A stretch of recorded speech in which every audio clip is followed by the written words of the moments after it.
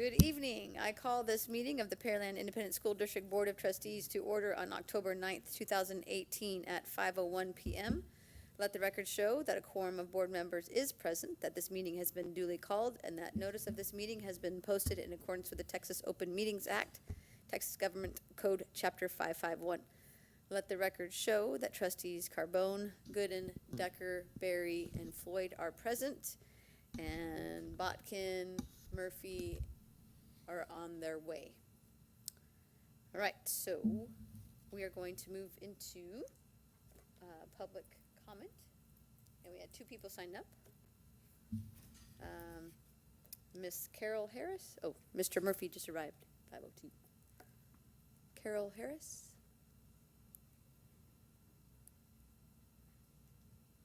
Hi, my name is Carol Harris. Thank you, Dr. Kelly, board members. First, on a lighter note, I'm advocating for my 7th grader who wants the dress code changed to allow shorts. He wears shorts year-round. My oldest is flexible, shorts and jeans. My middle one is shorts year-round. My youngest one is jeans year-round. He's more comfortable and thinks he'll learn better that way. Next, I'm advocating for the junior high math pathway B to be reinstated into the curriculum. My intention was to have my child take the regular intro to algebra class in 7th grade, but Pathway B for advanced learners was removed this school year. I've always been told by advanced academics my child can always move down but not up through junior high. My middle son is right-brained and very creative as well as smart. Because of his creativity, I was told Pathway B in junior high was at a slower pace and might be a better fit for him if he did well in passing the advanced classes. So last year we had pathways A, B, and C, and this year we just have A and B. So all the kids kind of got thrown into the advanced curriculum. Now is a time for us as parents to have discussions with our kids on class choices to see what works and what doesn't work. By doing this in middle school and junior high, we can help them make better decisions for their high school choices. My son in the spring wanted all regular classes so he could have an easy year. As a parent, I want my kids challenged but not frustrated. I did take into account advice from the 6th grade teachers who thought he could handle the advanced curriculum. The end result of removing Pathway B is my child and lots of other kids are now frustrated and stressed out. The frustration was not the normal getting used to a new school kind of frustration. The pathway was a safety net for our kids.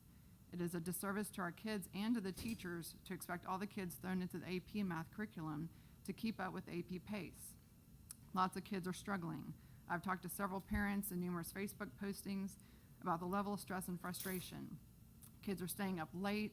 Some teachers are given burdensome math homework. Kids have a life outside of school and need balance. My 11th grader went through the GT Academy and the teachers had a balanced approach, where projects were coordinated and homework was not every day or burdensome. Excessive homework and projects don't make a better student, but make a frustrated and stressed out student. I advocate for using some of the best practices from the GT Academy. I worked with the school last week to make changes to my child's schedule to create some balance in his life before he failed in his classes because he was extremely stressed out, angry, crying. Other kids haven't been so lucky. The process is that you have to wait for them to fail first before moving them down. That is not what advanced academics has told me in the past. The process is you have to set up teacher conferences first and make adjustments first. One teacher didn't respond to my request and another one told the student she didn't want to hear from the parents at all. Kids are more stressed out now, and not just the advanced or AP kids. Unrealistic expectations are being put on them. Kids are being yelled at and torn down. We as parents, along with the teachers and the school district, need to actively listen to our kids and build them up. Inspire them, not tear them down. Last week in Miller Moments, the kids were supposed to think of something to put on the Miller banner. My son told me he wanted to write the word boring and draw a picture of a teacher yelling at a child. Instead, he wrote A+ and drew a picture of a book. I advocated for using at least one day a week at Miller Moments to have the kids write down or say verbally what is bothering them, what would help them do better or help them enjoy school more. There was a passion project that they were assigned, and they had one night. We were trying to get through lots of different homework, and then he shows me the sheet, and it's lots of different questions. It's not just picking out a book to do a project on, but figuring out like what your project's going to be, why you chose it, how you're going to complete it, what materials you're going to need. No one can figure that out in one night. And I guess a lot of kids didn't, so she gave them through the weekend, but it was just very unrealistic. A parent shared with me that their 7th grade now has anxiety issues and begs them not to send them to school. He is tired of being yelled at and torn down, and he's not in advanced classes. Parents are being told that their kids have more freedoms and responsibilities that take a lot of time for them to learn to manage. But some of these rules and processes are not defined, and the devil is in the details. Corrections below 70 must be done at school. All of them, I don't really see why. But my son tried to go to tutoring and was told he was wrong, that the teacher didn't have tutoring that day. But my son was right, and the book was wrong. Then he was told to go to, vice principal said go to study hall, and the teacher accepted it, but said in the future he couldn't do study hall. I do appreciate Dawson Eagle having the Eagle Hour, but it's not enough. Different parents have shared with me that kids are in the burnout phase already, and we're in the first 9 weeks of school. Our kids need intervention before failing out of their classes. Waiting until they fail will only lead to more anxiety issues, frustration, and burnout. I feel like teaching the test is too much. One suicide is too many, and I'm asking to stand up for our kids and teachers and tell the state that their process isn't working. The price is too high. Thank you. Thank you, Ms. Harris. Okay. And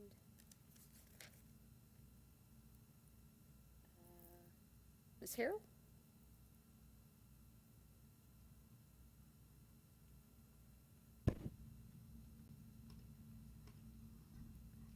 Good evening, Dr. Kelly. Good evening to the board. I am here as well advocating on behalf of my daughter and the students in the district in general in regards to the new ad drop policy that has been initiated. I believe the policy does not allow flexibility for our youth when they're experiencing life changes. It does not allow the teachers to assess the situation, and it leaves the students with no real chance in improving their grades, which will roll over into their transcripts semester by semester, leaving a permanent mark. It also, because in the 6-week time period, that's when they're allowed to change. Classes are already kind of settling. So we're now moving kids around into an established kind of environment, so that's not a good social adjustment.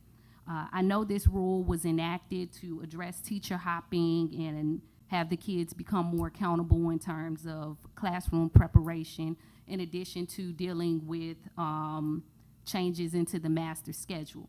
However, this change has been extremely drastic, specifically in my daughter's case. On August 28th, I was alerted by her teacher that she was not doing well, which I had not had the chance to talk to her. I was waiting for the next week, which would have been Meet the Teachers Night.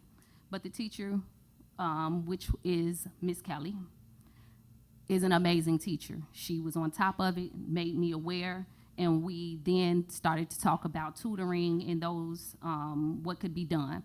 Oiler hour had not started, so she was not able to have Oiler hour time, but she was at school at 6 o'clock in the morning doing tutoring with Miss Kelly.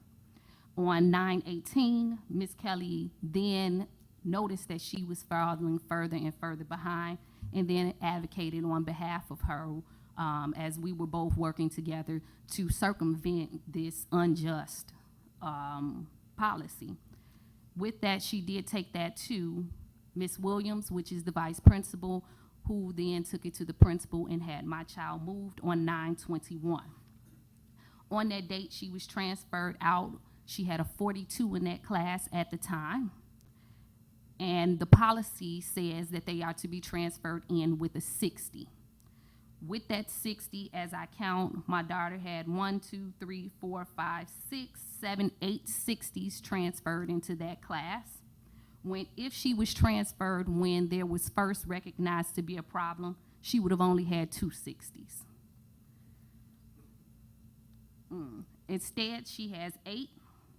Since moving to that class, she's had 3 100s and 1 88. So she's had 4 assignments that she's been graded on appropriately. With 3 100s and an 88, she now maintains a grade of a 66. I don't understand how the board, with this policy, would expect that she can succeed. I don't know how it is she's to dig herself out, especially if the class that she's gone into does not have enough assignments for her to even remotely attempt to fix this problem. So I am asking that the board reevaluate this policy because it has been very detrimental to my child. That will go on her transcripts if she cannot manage to move this 66 at this point. She came in with a 60, she's at a 66 now. But I believe that this has left her in a very impossible situation, and it's affecting what will be on her transcript and cannot be changed and will go on to her applications for college. I thank the board for their time, and I also want to commend the amazing staff at Pearland High School, that being Principal John Palumbo, Tasha Williams is the assistant principal for her, Lori Lee is her counselor, and Jennifer Kelly is the teacher. I do commend them for taking as much of an action as possible. I also want to address that she did want to have an additional change. She participated in some stuff during the summer and said, hey, I really want to do this. And the policy is so unbending that even when kids have things that they aspire to do, we basically, as an institution of higher learning, have told them no. And I would like the board to readdress, is that the direction that we would want our children to go in? Thank you so much for your time. Thank you, Ms. Harrell. Dr. Kelly, can I ask you some questions about the policies that they're referring to? Not right now. No, Well, but you can, we can recite policy, right? I would just like to hear what the actual policy is, the add drop policy. And Mrs. Harris mentioned, you said that there was an A, B, and C pathway, and now there's only A and B, right? Yeah, that's right. That's what she. That's what I'm she not said. familiar with that part. Okay. But the reason for the change in the add drop, as I understand it, is that they don't want kids to give up on the more challenging material too quickly. Okay. So they're having them stay in there for a 6-week period. Okay, okay. So we'll hear from you on your response to the, okay. okay. All right, we don't have any more signed up. So the Board of Trustees, the Pearland Independent School District, will adjourn into closed session at 5:13. No voting will take place in the closed meeting. Any action the board wishes to take as a result of discussions in closed session will take place after the board reconvenes in the open meeting. Okay, the board will reconvene in open session at 6:22 p.m. No action was taken in closed session. Is there a motion? Madam President, I move we accept and approve the superintendent's recommendation for employment of personnel as presented. Second. Second. Okay. Motion made by Mr. Gooden and a second by Ms. Carbone. Any further discussion? Hearing none, I'll just call for the vote. All those in favor? Okay, the motion carries 7-4 and 0 against. All right. Mr. Floyd? The what? Public hearing.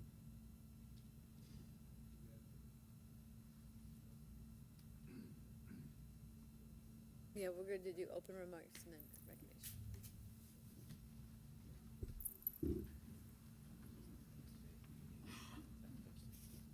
Right. I pledge allegiance to the flag of the United States of America and to the republic for which it stands, one nation, under God, indivisible, with liberty and justice for all. Honor the Texas flag. I pledge allegiance to thee, Texas, one state, under God, one and indivisible. We would all remain standing for a moment, just for silence.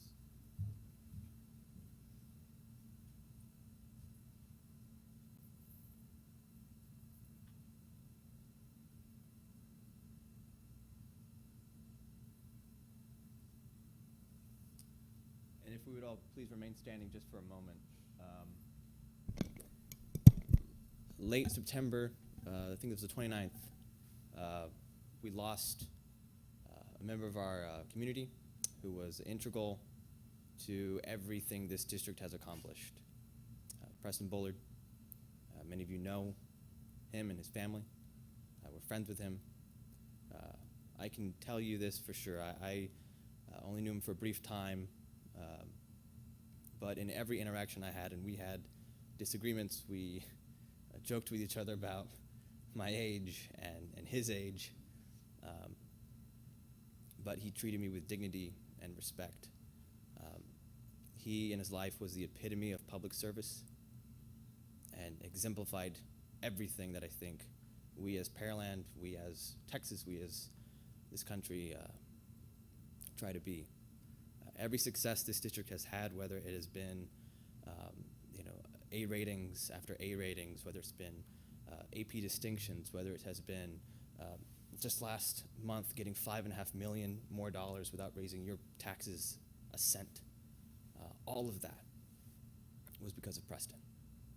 Everything this district is, every success story we have from our students is because of him. He was a principal, he was a superintendent, he was a school board trustee, he was a school board president. He went on to be an integral part of the Education Foundation. His legacy is not in those things, it's not in those titles, it's in the students that this community turns out every day that do amazing things. I know that in lieu of flowers, the family has asked for donations to the Education Foundation. And so if you would just take one more moment of silence to remember a legend of Pearland.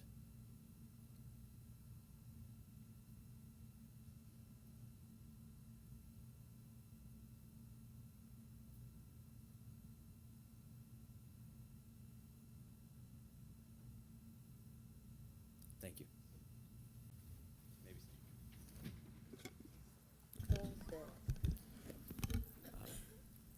Okay, so this I is. had a couple more things to Oh, say. good. Sorry. Absolutely. Nope. I wanted to open up the floor to my colleagues to see if they had anything they wanted to say, short, because I also do want to commend the Oilers, although I am an Eagle, for that amazing game.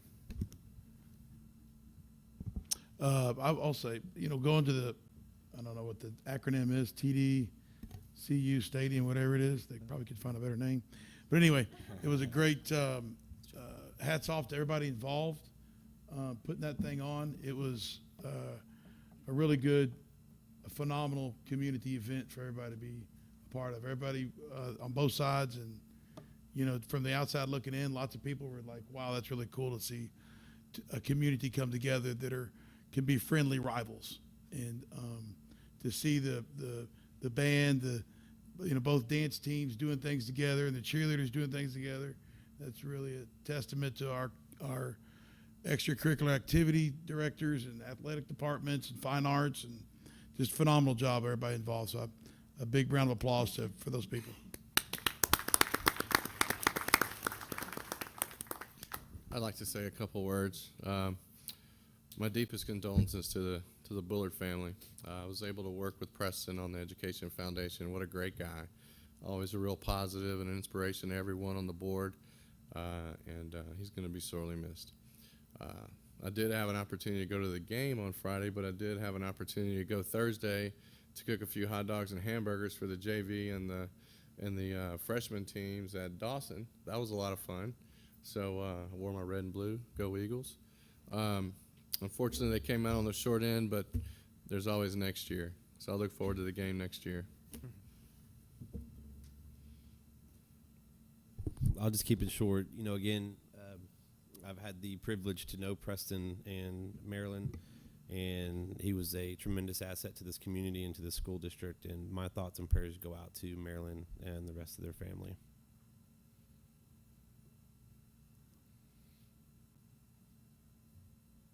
Preston was a great guy and always had a word of wisdom for me, and I appreciated all of those, and my heart does go out to Marilyn and the Bullard family.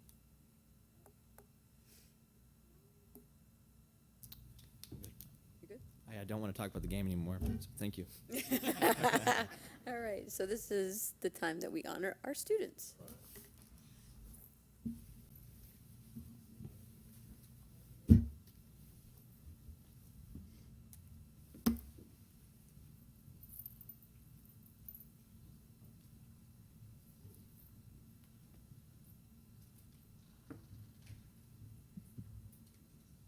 Good evening.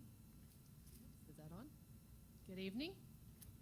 Tonight we'd like to begin with recognition of the hard work of an outstanding community partner. Recently, the Pearland Area Citizens Corps received a grant offered through the National Association of County and City Health Officials. This effort was led by Constable Buck Stevens. The district's 7th and 8th grade coaches and PE teachers partnered with the organization to ensure that every junior high student receives hands-only CPR training. Through this grant, they were able to upgrade CPR mannequins and provide CPR training materials for Pearland ISD, which you see on that cart. Representing PACC tonight is Constable Buck Stevens, and accepting that donation, valued at approximately $4,000, is the district PE coordinator, Kim Orsak.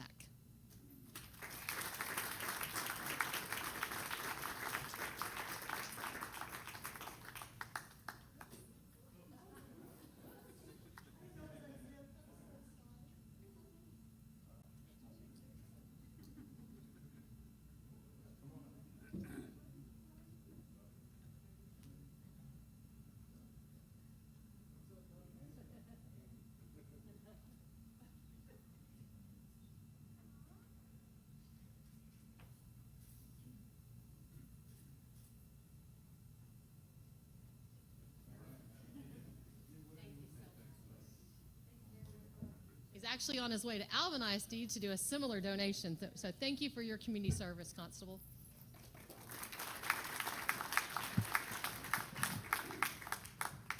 Next, we are honored this evening to have Pearland Mayor Tom Reed with us, here to present a proclamation deeming October as Dyslexia Awareness Month. Accepting the proclamation is Danielle Trotter and Michelle Okovich from the Dyslexia Awareness Committee. Before I start, I have to congratulate you on several items. One is the game last Friday. I thought that was a good start for a great season, and also for the academic achievement that this school system has achieved in recognition across the state. I think it is very special to be the mayor of a city that has a bunch of smart people in it, because we desperately need it, and I need all of the help I can get. But it's something very special, and I think you have achieved an awful lot that we can all be very proud of, and we can brag about. And you only brag about things when they're true, you know. But these are all truth. But tonight I have a proclamation for a type of problems that some people have, young people perhaps, and I'd like to present this to you with the reflection that it is as much information as it is guidance. Proclamation from Office of the Mayor, City of Pearland, whereas dyslexia is a special learning disability that is neurological in order, and it is characterized by difficulty with accurate and/or fluent word recognition and by poor spelling, decoding abilities, and related items. And whereas as many as 1 in 5 students have dyslexia, which is something I've paused at when I read that. Some of the symptoms include begin to speak later than their peers, have difficulty rhyming or sounding out simple words, reading slowly, skipping over words, struggling with spelling, punctuation, and understanding directions, as well as memorizing words and math facts. And whereas individuals with dyslexia are highly intelligent, creative, and out-of-the-box thinkers, we had to remember that. But due to reading problems often fall behind, these individuals who have talent and productive minds can do excellent work once they are taught to utilize evidence-based instructions. Whereas increased awareness and education are needed to identify students with dyslexia earlier in kindergarten and first grade so that early effective intervention can take place. So now, therefore, I, Tom Reed, by the power vested in me as the mayor of this fine city of Pearland, Texas, do hereby proclaim the month of October 2018 as Dyslexia Awareness Month in Pearland. And I ask all citizens, both near and far, to join with me in supporting parents, teachers, and organizations who have recognized and are providing for the special needs of individuals who have dyslexia. It is a great deal of pleasure. I sign this with the fact that we have a wonderful group of people that are working with dyslexia, and also to recognize, after reading this, that I don't have dyslexia because it says highly intelligent people. So I'm okay there. But I would like to present this to you on behalf of our city council and myself, and the fact that you are addressing a great need of individuals who need your help. We did this last year, we'll do this next year, and we'll continue plugging away at making sure that those individuals who are highly intelligent and creative and out-of-the-box thinkers are be able to conduct their educational aspect of their life, and with the guidance that you're providing, I think it will be achieved, and I appreciate that with a great deal today. So, I'd like to present this. Thank you so much.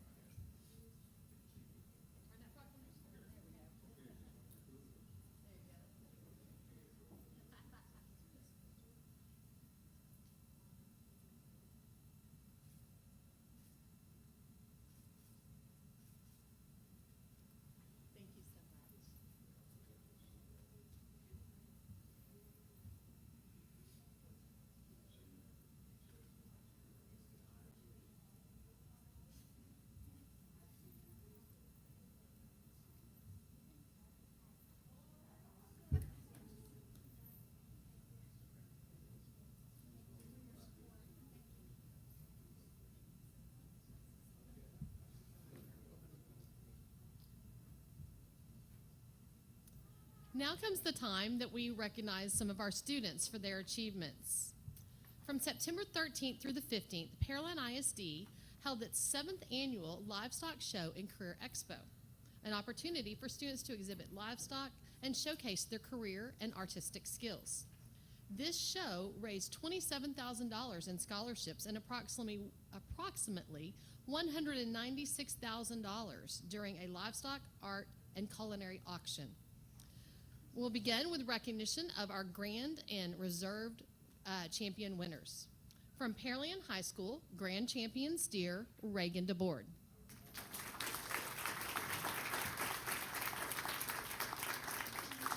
And parents, feel free to come up and snap pictures. We'll do a big group picture at the end. Also from Pearland High School, Reserve Champion steer Emily Albright.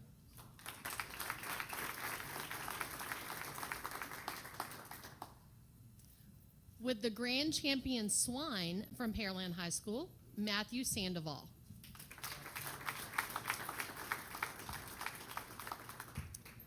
With the Reserve Champion Swine from Turner College and Career High School, Michaela Plummer.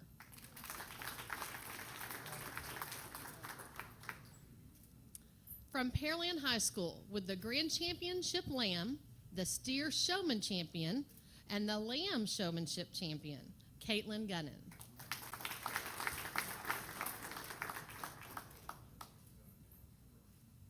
With the Reserve Champion Lamb from Dawson High School, Nicole Coker.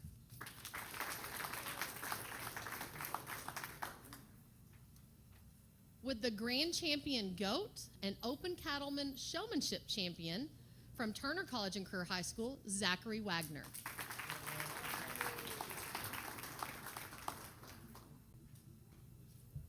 With the Reserve Champion Goat from Pearland High School, Elena Scott.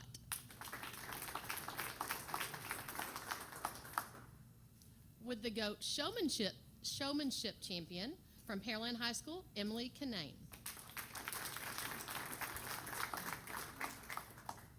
Also recognized for art and culinary competition, those winners include our art grand champion from Dawson High School, Nadisha Edward.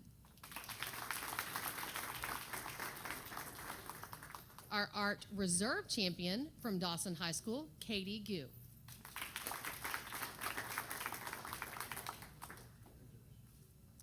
Our culinary grand champion from Turner College and Career High School, Haley Nicole Hecox.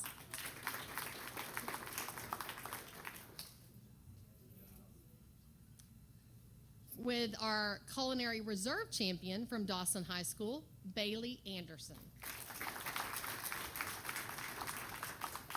And teachers who assisted all of these winners include Amber Campisi. With us tonight are Hunter and Rhonda Morgan from Turner College and Career High School, and then also Lacey Lee and Casey Merchant from Pearland High School assisted these students.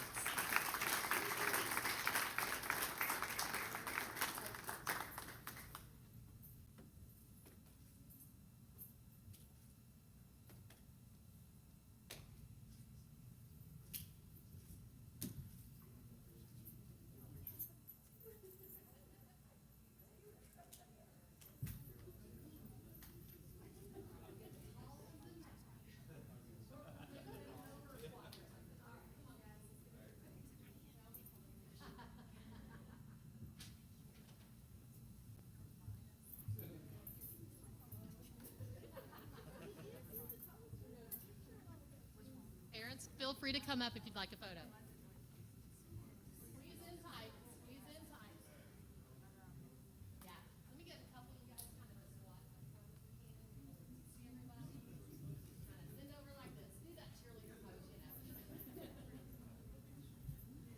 Is it not or that bend over with? All right. No, you're good. Yeah. All right, everybody looking just forward, looking straight ahead.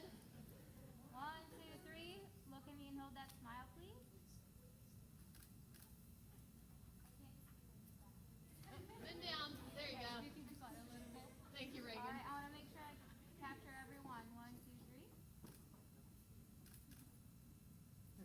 3. You're fine.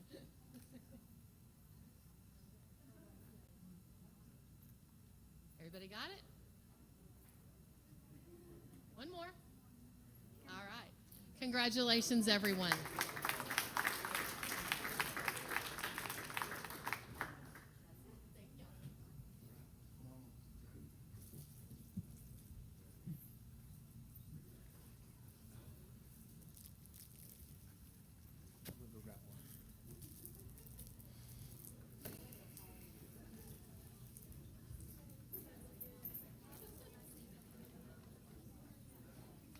I'll say something. Okay, you say something. Okay, we're on number 8, board.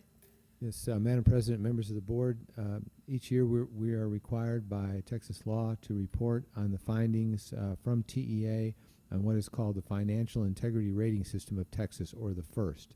As we have constantly achieved, we once again are rated A and given a superior achievement for that. We can go into detail if you need to, but the main thing that we also need to do is, if there's anybody here that would like to speak to that report, we can provide an opportunity for that. Would anybody like to speak?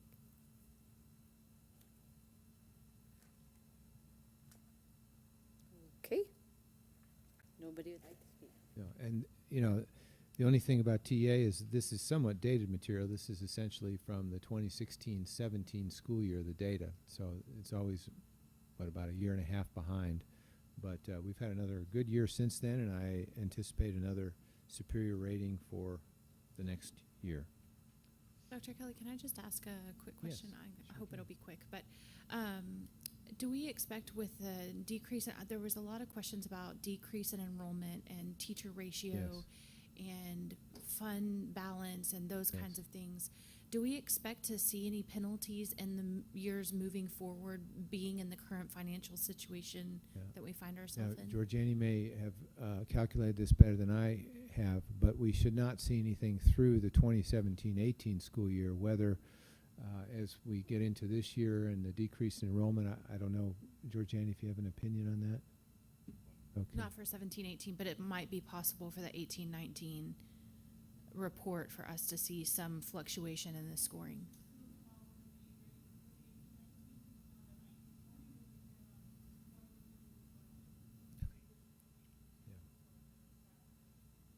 So even given our current situation, we're still looking like we're solid on the trajectory of staying in the A rating. Okay.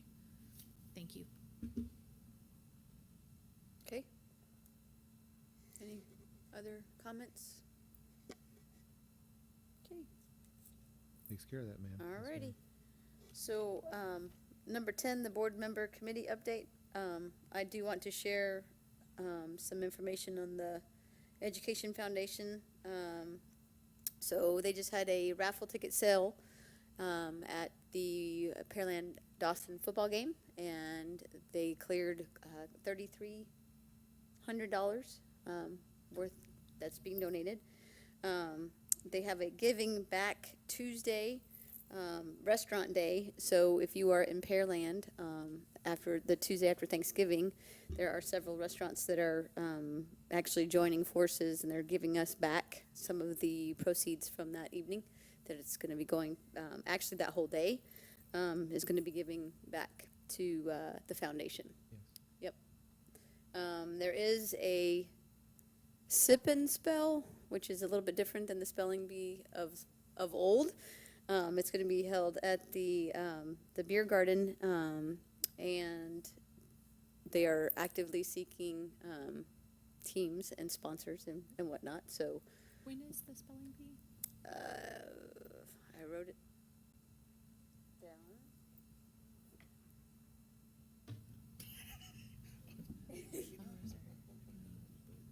You're in Louisiana. Say the Get moving.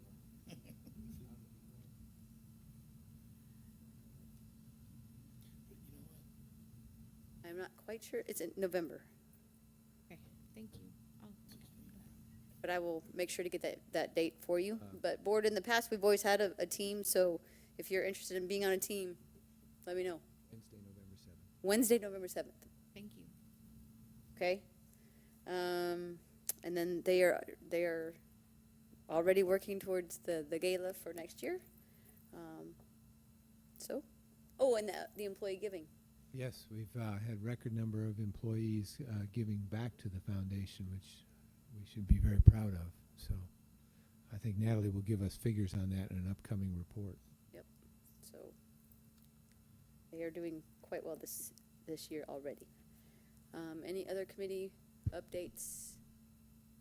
I was just going to ask, has there been any progress on the alumni group that they were going to start with the foundation?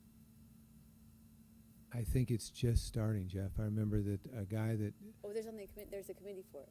yeah. And they're just now, they're doing stuff with that. Good. Okay. The board member on Shack, any chance? No. Is that something that is allowed? That we I just have approved to, them. yeah, I'd have to go back and look. I don't remember how prescriptive the state is on the membership. I was just wondering. I don't want All right. Okay, so let's move on to the consent agenda. Is there a motion? Make a motion to approve the consent agenda as presented. Second. Okay, so there was a motion made by Mr. Berry and a second by Mr. Gooden. Any further discussion? Any comments? Hearing none, I'll call for the vote. All those in favor? Okay, the motion carries 7, 4, and 0 against. Moving on to regular agenda, number 1, Dr. Kelly. Yes, ma'am. Number 1 is the consider to approve 2018-2019 Community and Schools Partnership Agreement. And basically, the only change from last year to this year is we're adding Lawhon Elementary School. Let's see, what page is that? Page 78.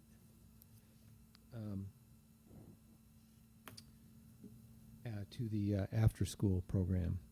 So you'll see there the total cost of the programs is $153,000 for this year. That's an increase caused only by that one additional school being added at $15,000. We're very pleased. The administration and the principals would say we're very pleased with the services, and they tend to be located at the most economically disadvantaged populations throughout the district. I'll make a motion that we approve the superintendent's recommendation for the 2018-2019 Community and Schools of Brazoria County Agreement as presented. Second. Okay, motion made by Mr. Murphy and a second by Ms. Carbone. I'm going to recuse myself from this vote as Communities and Schools is my employer. Any further discussion? I I just ask the difference between the CIS standard and the ACE program? The ACE is the after-school program. Okay, It's a 21st century learning program that we run got it. for the district. Okay, cool. Thank you. Any other questions? All right, hearing none, I'll call for the vote. All those in favor? Motion carries 6-4, 0 against, and 1 recusal. All right, number 2. Yes, Madam President, consider to approve the GMP, guaranteed maximum price, basically for the rig items that we described last month as those, non-controversial or any debate on. Mm-hmm. So John is here to answer any questions, but we're essentially talking about adding the seating, the site work, and the new ticket booth, some additional lighting, and renovating the officials' room and the concession stand, along with replacing fencing. So I don't know how much discussion or questions you might have. We're here to answer them. So this is going to get started. There's not going to be a year delay on these projects. Correct. It'll be after the football season, so November, mid-November. Perfect. I have a question was asked to me on Friday. Will the bleachers be in place by next season? Yes. Thank you.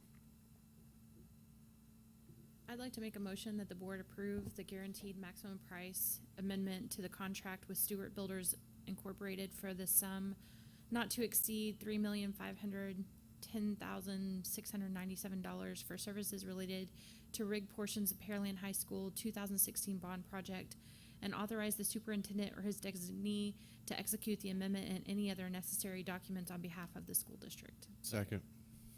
Okay, a motion made by Ms. Carbone and a second by Mr. Berry. Any further discussion? I have a question about the lighting. If we are adding, I see lighting on the spectator seating. I guess that's all, both sides. But if we choose to go forward in the future with the with either press box or the facade, will that require a revision to lighting, or will there be additional lighting scope with those projects, or is it all going to be here? There will be some additional lights that are attached to the press box. Okay. It will not require any taking out of these lights, so these will still remain. Okay. And so is this going to replace the lights that we put up as a temporary, or are those lights going to stay? I think these are much higher, so you don't have the glare when you're walking up the bleachers, and we Okay. can take a look at whether it's worth taking them down or whether it's worth replacing them. Okay. It's not in the price to take them out now, but we could do that if that made sense. Okay. Thank you, sir. Does their side include a rain shield? No. for either stands? Oh, well, actually, it includes a rain shield under the new portion of the bleachers. So if you remember, the rain shield has to be toothed into the bleachers, so it's not something you could retrofit. But we figured while we're adding these 3,000 seats, we might as well include that. I believe I got that right? Okay. So the top half of the new bleachers will have the rain shield. Any other questions? All right, hearing none, I'll call for the vote. All those in favor? Motion carries 7-4, 0 against.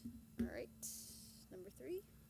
Yes, ma'am. Consider to approve the contract award for delinquent tax attorney services. And Georgiani, if you'd come forward just in case there are any questions. But essentially, we are recommending a change and to the law offices of Joyner, Linebarger, Gogan.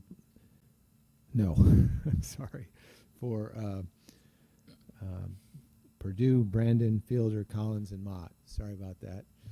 And I think we have 3 representatives from that firm here if you have any questions. Sorry about that. Any questions, Georgiani? I can make a motion. Okay. Make a motion that the Board of Trustees approve the proposal submitted by Purdue, Brandon, Fielder, Collins, and Mott LLP for RFQ number 18-0822-19 for delinquent tax attorney services effective on the date of execution of the negotiated contract for a period of 3 years, with an option to renew for up to 2 additional 1-year terms. Second. Okay, motion made by Mr. Berry and a second by Ms. Carbone. Any other discussion, comments? Hearing none, call for the vote. All those in favor? Motion carries 7-4 and 0 against. Okay, before we go into number 4, Dr. Kelly, I'd like to do the administrative reports for A. Yes, ma'am. And Ellen Akers, our Director of Testing, is here and ready to present that PowerPoint to you. I also want to apologize for delaying you and delaying you and delaying Yeah. you. You know, and I'm happy to hear this information tonight. It's okay. You get to save all the good news for now. And That's I have right. nothing but good news, so that's good. Have you had an opportunity to look through the information till now? So I'll go through it rather quickly, but if you have any questions, I'll be more than happy to answer that. But it is a lot of good news, and it is worthy of sharing. Of course, we had many accolades in the district this year. Children at Risk voted us the best in Houston, received a 5-star rating from Texas Smart Schools, made the College Board honor roll, and then, of course, got that A rating from TEA under the new accountability system. We all enjoyed the commissioner's visit, and a couple of things he said that I thought were very notable when he was here was that our scores were abnormally high, and that Pearland ISD was a statewide model of high performance. From the Texas Smart Schools, I did want to bring your attention to that. We did receive a 5-star rating, meaning that we had high academic progress, above 91% of all other districts, with a low cost per pupil spending. And if you look at the graph, the little red dot up there is us, and we are certainly the outlier. And it's a little deceiving. If you look on the x-axis, the cost per pupil actually goes down as you go to the right. So we had incredibly high performance and received that 5-star rating. The new accountability system is different from the old one in that the old accountability system looked at your worst score and gave you your rating on that. The new system I'm very excited about because it's a strength-based system. And with this system, TEA looks at the area you score the highest in and allows you to use that for your rating. So I think that our challenges going forward in looking at the new system and deciding what we may do differently include supporting instructional systems and practices that will make sure that every single child shows progress throughout the year. And of course, with our third in the state rating, I think it speaks volumes that we were already doing that because the new accountability system wasn't completed until the summer, and our results were from last year's performance. So certainly I think we've always been doing that. With the new accountability system, districts receive the A through F rating, and campuses just received a rating label for this year. At the end of the year, TEA is going to send out a what-if report so that campuses can see what letter grade they would have gotten if they had been rated this year. And then beginning this year, they will receive a letter rating after this year's performance. So the new system has 3 domains. 70% of that comes from the better. Again, here's that strength-based system part of student achievement or school progress, and then 30% from closing the gaps. And looking at domain 1, for elementary and middle schools, 100% of the score comes from STAR achievement.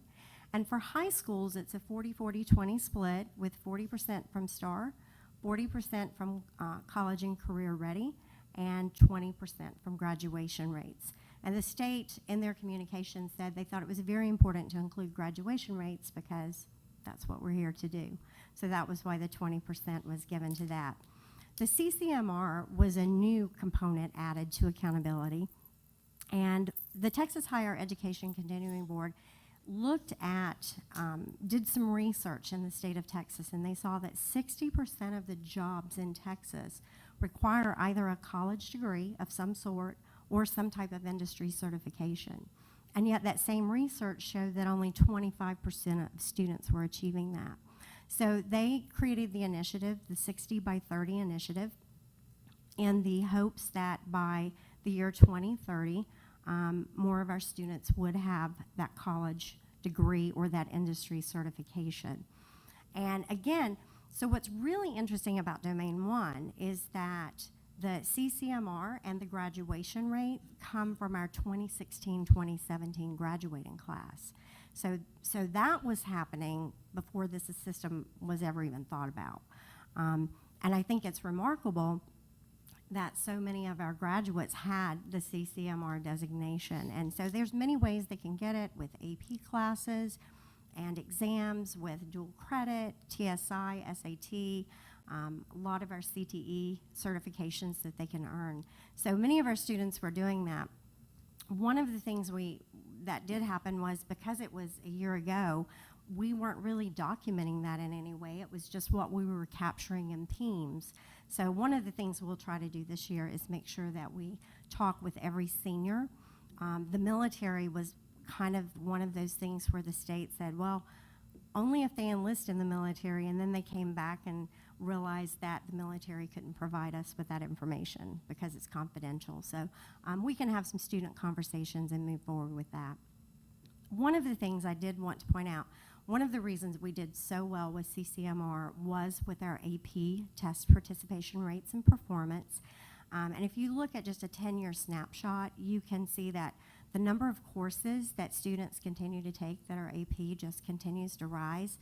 What I think is remarkable about that is typically when you get more students taking a test and a larger population, your scores will go down, just because you have more variety in the student population.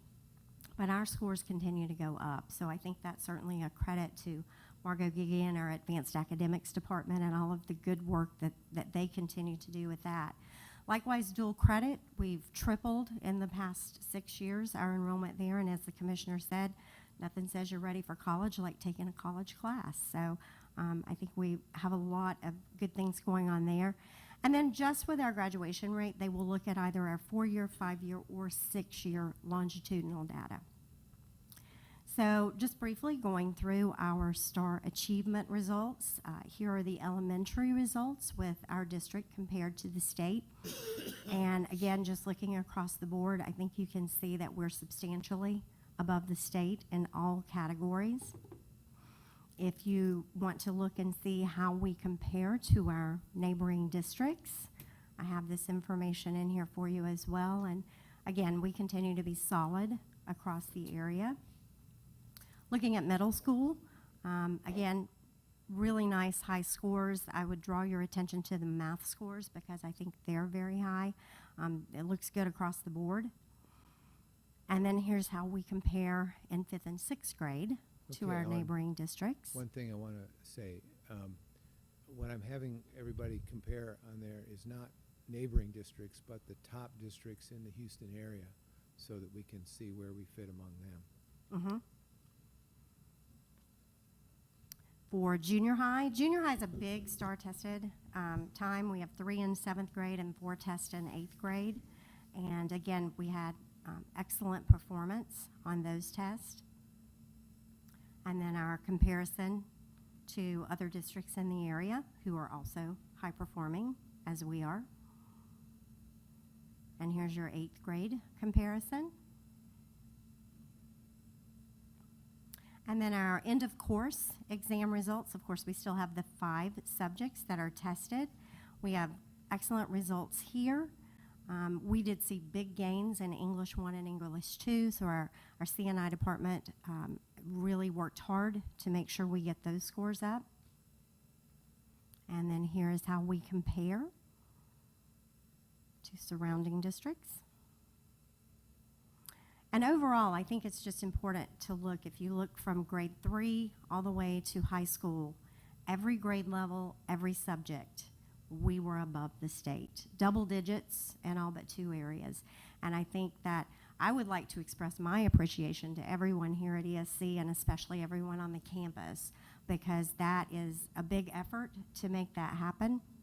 And I think that really speaks volumes to the quality of teachers you have from elementary to high school in our district.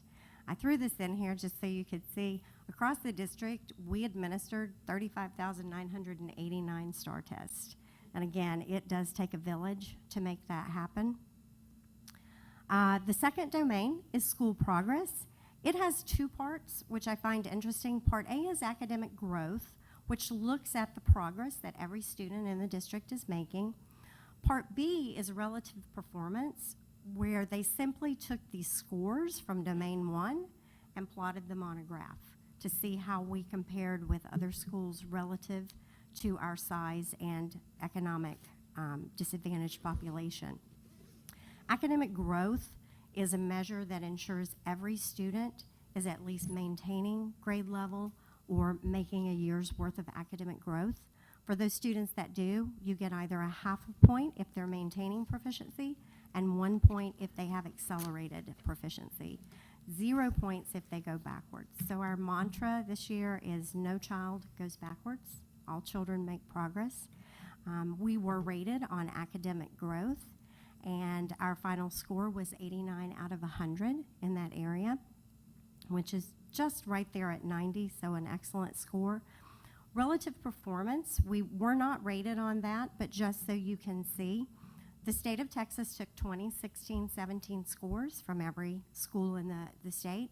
They plotted them with performance relative to economic disadvantaged students, your percentage, and they set a cut score.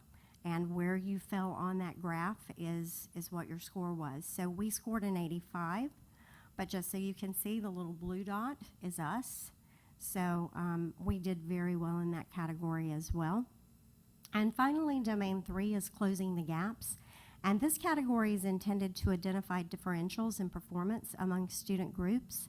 And it looks at 14 different subpopulations in 5 to 6, depending on if it's a high school, components. And we, looking at the first component of grade level performance, this is where the performance goals students should reach. We met 26 out of 26 targets. So every subpopulation, those 14 subpops, met the performance targets. For academic growth, we met 7 out of 8 targets. The one subpopulation that did not meet their target was special education for this category. Dr. Nixon is working on that as we speak. For English language proficiency, there's 1 target, and we met that target. For student achievement, we met 11 out of 11 targets. And so overall, we ended up as a district with a grade of A, and every single campus received a label of Met Standard. Just looking at the information to give you a snapshot of how campuses would have scored letter-wise, 13 campuses were between 90 and 100, 7 campuses 80 to 89, and 3 campuses from 70 to 79. In terms of designations, the methodology in choosing those didn't change. The state takes a campus and puts it in a group with 39 other campuses to make a group of 40 that are similar in size, grade level, and student demographics. And if you fall in the top 25% of that group of 40, then you receive a designation. We had many, many designations. Elementary campuses are listed here with the designations that they received, and we had many campuses getting multiple designations.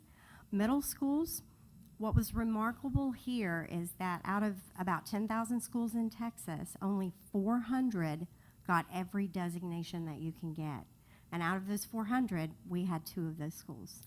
Now, so this is not, we're not comparing these campuses to each other. We right? are So not. Like the rating for science would be different for Saploteur than it would be for That's Allentown. exactly right. The campuses are compared to 39 other campuses across Yes. the state that are similar to them in student demographic makeup and grade level. So it's amazing that we had 2 campuses get all of the designations, so congratulations to them. From our junior high campuses, every campus got a designation, and many of them got multiple. And then Dawson and Turner also received 4 designations each. Advanced Academics, I just want to speak on their behalf for just a moment and show you some information from this past year for them. Our enrollment history, this is a 6-year look at enrollment in AP and pre-AP courses, and you can see that continues to be very strong in the district. The Pearland ISD AP scholars are remarkable. The criteria you see is down in the green block there at the bottom. Students have to take multiple advanced placement exams and score a 3 or higher. 3 is the magic cut point because that's where you can get college credit at a public Texas college. So that's where we're always trying to get students to at least a 3. And so we had many students, and the numbers just continue to go up every year with the number of students who are taking multiple AP courses, multiple exams, and scoring extremely high. Looking at our AP scores that Magic 3+, you can see that we continue to outperform the state. And I think what's very nice about this graph, you'll see the district is almost at the same level globally that students are. So AP exams are not just offered. College Board is not just in the U.S. It's a worldwide offering. So our students are competing with students around the world. And to see that our students here in Pearland are performing as high as students around the world is amazing. SAT, ACT, again, we continue to have more and more students take the SAT. And again, you would expect the scores to go down with larger populations taking those tests, but instead our scores continue to increase as well. So great job there from Advanced Academics. Just looking at our mean scores from 16-17, because the 18 data hadn't been released yet, in reading and math, we scored higher than the state and all test takers. Looking at ACT, you can see the score across the state has been flat for about 10 years. Students really haven't changed how they're performing on the ACT, but our scores continue to improve. And then our ACT and SAT participation continues, I think, to be high as we continue throughout. We have more than half of our students taking those exams. So looking forward to this upcoming year, a couple of areas that we like to focus on. Continued improvement in the ELA student achievement, a real focus on writing across the curriculum, students doing authentic writing pieces and honing those skills. Continuing to focus on making sure that each and every one of our students makes academic progress, the expected amount of academic progress throughout the year. The improved documentation procedures for CCMR, now that we know the state is going to look for those numbers, we want to make sure we touch every student, every senior, and make sure we have correct information on their plans post-high school. One of the things we want to do for that, and a couple of other things we can do, are more opportunities for students to take the TSI. We have some seniors who get to their senior year and they haven't taken an AP class. They haven't taken the SAT. Maybe they don't have plans to go to a four-year college. So we want to make sure that we're helping them be ready for beyond high school. And we can do that by implementing a senior level English and math course that are college ready courses. And these courses will give them their senior credit, but also prepare them for the TSI exams, which are the placement exams for community colleges in Texas. And so we accomplish that CCMR, but also do what's best for our students by making sure they're ready to go to community college if they so desire. And then a continued focus on our science and social studies scores. And that is what I have. Do you have any questions? Yes. Can you go back to the elementary score slide, please?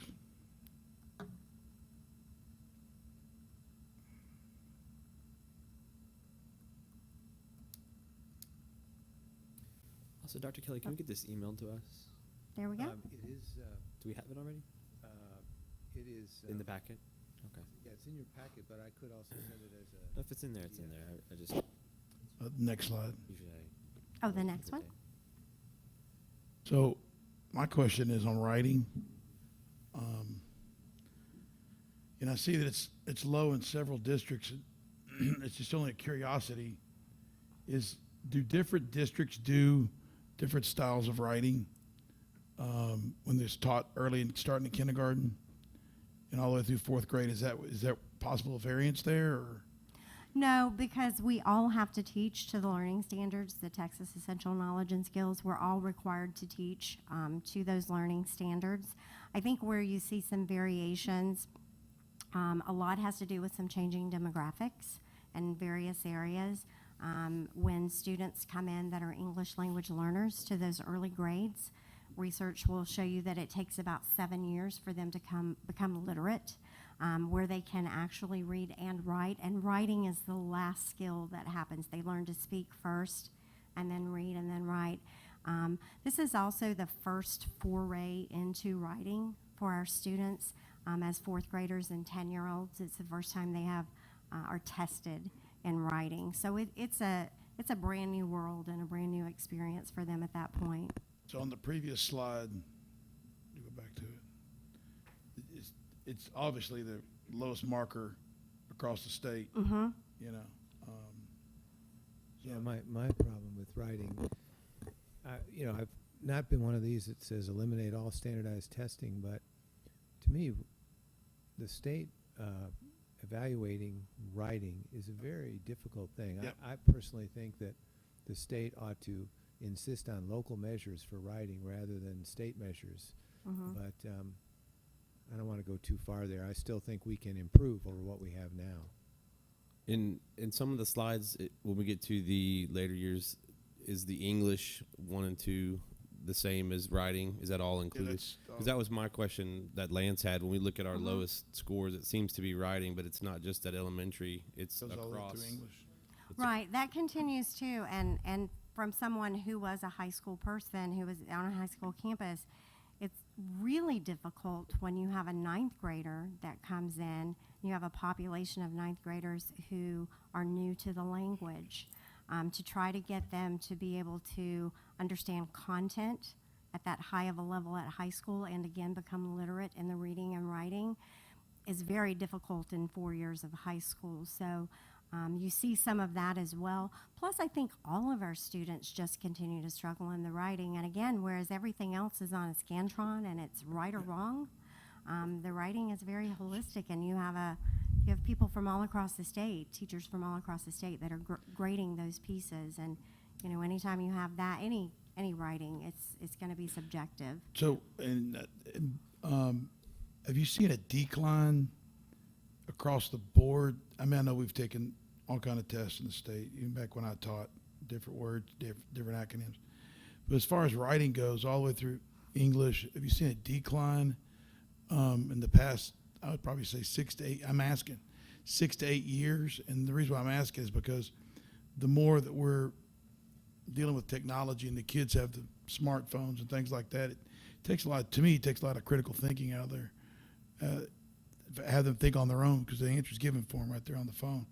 I just didn't know if y'all have seen that across the state, have you seen that on a decline? Absolutely. Well, it's a lot of things going on, I think. And as the mother of a teenager, they learn they speak in tech speak, if you will. They text and do all the abbreviations. And then English teachers certainly struggle when those students are in class, getting them to write out. They write their papers and they still want to write the U and the to and all their little abbreviations. So it's definitely, something that our children are confronted with that we weren't, where they're going from technology to writing in longhand. And it's interesting. Actually backwards. Just did a research paper on that, and it's something across the country that teachers are struggling with.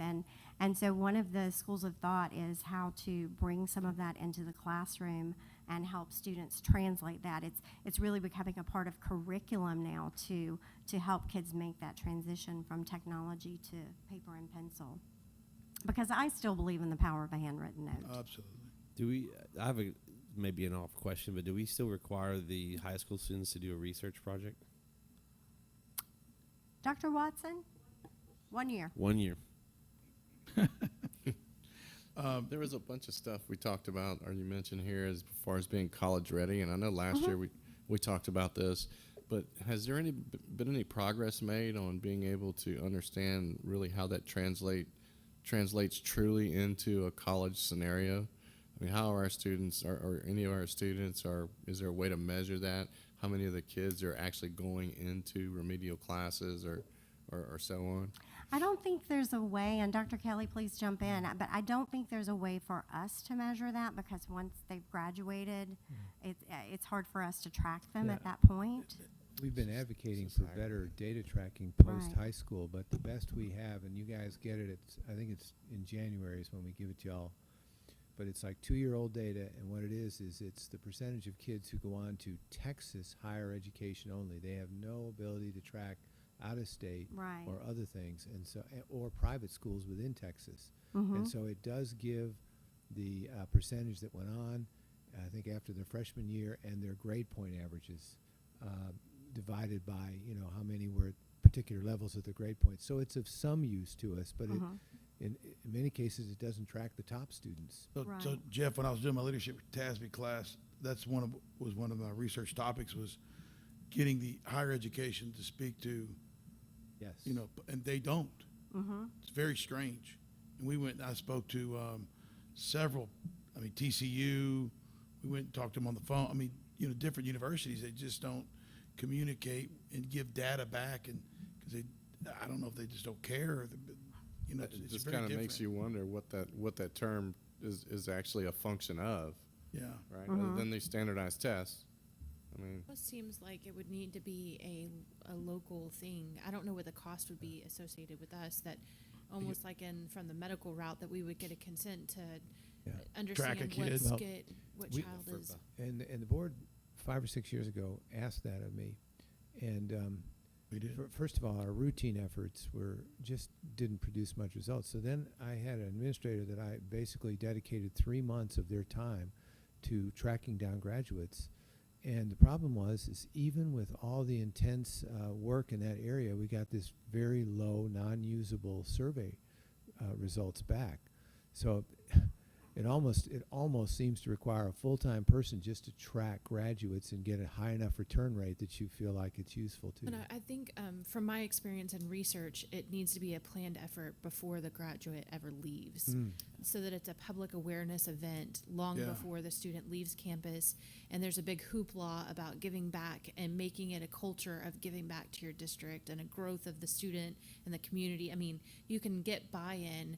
You can put raffle items out that if you give this information back, that you get certain return on your investment from the student perspective, whether, I don't know what that ticket item would be, but I think that there's an opportunity for that if we want to look down that route. But I would think we would need to be more proactive from it, like from a setting it up of this is the goal and sort of signing off. They all have kind of admission letters before they leave us, knowing where they're going and having some kind of letter documented with their signature on it that you can go and track down my grades and my GPA level after I leave here.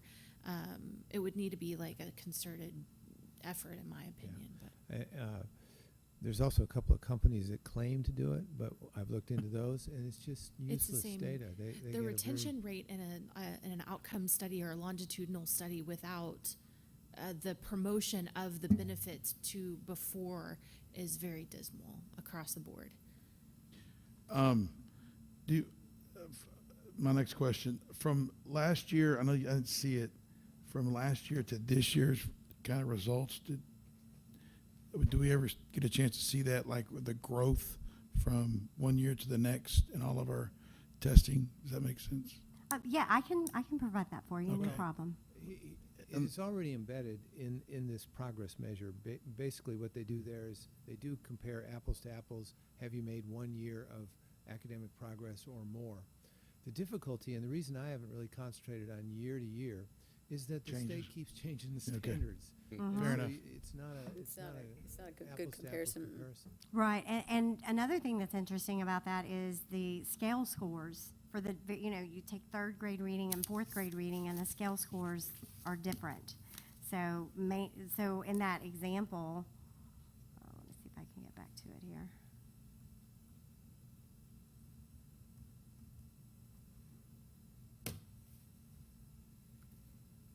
Oh, I don't know where it went. But the scale scores are different, and so a child could be at meets expectations this year and actually be at the bottom end of meets next year and still make progress because of the difference in the scaling between the two tests. Now, the commissioner has promised Lance that he's going to keep the system stable for 5 years. That's part of his Yes. claim. And if that happens, then we can really compare apples to apples. Yeah, but there's usually three constants, right? So I may I just maybe we'll look at those three guaranteed constants. The other things fluctuate, I understand, but there's always some constants in there. Yeah. Well, I'm just curiosity on for. that line of thought, what tools do we have that provide us cumulative reports on academic growth in district? Do we have like a database where we pull out reports and kind of do, I think of old school like access reports where we're putting all this data in, but I'm sure that we have systems that give us cumulative data. Yes, but again, it runs into the same problem, that if you change the standard from one year to the next, that an 86% on one year and an 86% on the next year may be two completely different successes. So we align our standards internally with the growth that we, like our benchmarks and those kinds of things. Now, if you read the campus the CIPs that was linked, that is a subset of what we analyze. And in that subset, you'll see basically the scores from the previous year and essentially how much we think each of those at each campus and each subject and each grade level ought to improve for the next school year. And what you don't see in today's packet or in the links is that there's a document that's about this thick, that's all 23 campuses, goes into far more detail. Nyla can explain this better, but all kinds of data that goes into self-analysis of where we are and what is a target. Like, for example, for many years, it's 1/5 of the way to perfection is expected each year, and what that target might mean numerically. So I guess my question is, does our internal data correlate with, is there a correlation? Do you see a nice graph once the data comes out from STAR about what our data and projections are looking like and growth patterns in comparison to what growth we see on STARS? Not from a projection point of view. I think we can always, see where we're trending internally, but the state doesn't provide projections. Yeah, I really think until the promise comes through that the system actually remains stable. It has not remained stable in at least the last 5, 7, 8 years. It has changed every year. But if he fulfills his promise there to keep it stable, then you can start making more accurate projections, I think. TEA has promised the Department of Education it will be stable for 5 years. 5 years, They okay. committed to that. But it seems, I guess just thinking from the growth that we have and knowing that we're a rise above already, Right. that we can set some of our own models, Oh, knowing that we're we do. doing this. Not that we don't, I guess I'm just thinking about how we analyze our data looking at those trajectories. Well, now you want to give a short lesson on that. Well, Ellen is probably better equipped than even me, but we have a locally developed product we call the Campus Accountability Plan that we've developed. This is our 5th year to use it, and it was just a brainchild product. And Lisa Nixon and Noel and I put the first one together, and then Ellen put it together this year with us. But it basically takes the state accountability system and all the indicators of any area that we can find, and every campus puts together a plan to address their scores from this year, their highlights, their areas that they need to target next year, all of the, any indicator in any plan that gives them a form of accountability is included in that plan. And they go through and put together, Ellen organizes data, and they present it in there, and they present their findings and what they plan to do for the school year. And then they come to almost a hearing, and it's Noel Gray, me, the assistant superintendent that supervises that grade band, Ellen, special ed, and technology, and we sit down and listen to the presentation from the principal. We give feedback and input, and at that time, they present their planning for the school year.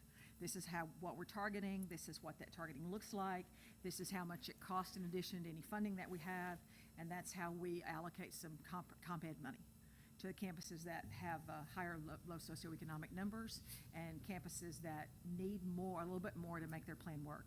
But they have a very organized process that we have done 5 years, and it started, I saw a little bit of it at the testing conference, assessment conference one time, and we just started working on it, and it's better every year. And our principals do it better every year. And so that's kind of the founding document for what we do curriculum-wise.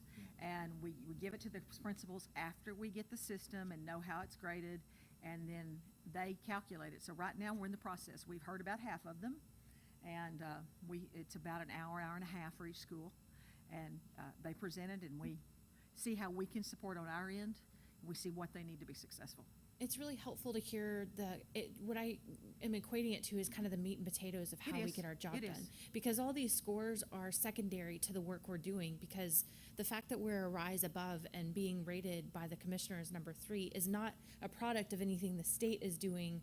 It's about the work that you guys are doing behind the scenes and the scaffolding that you're putting in place to build the brick and mortar on. So thanks for sharing that. You I know, appreciate Crystal, it. this internal process, and I'd give full credit to Nyla and her shop for it. It is amazing.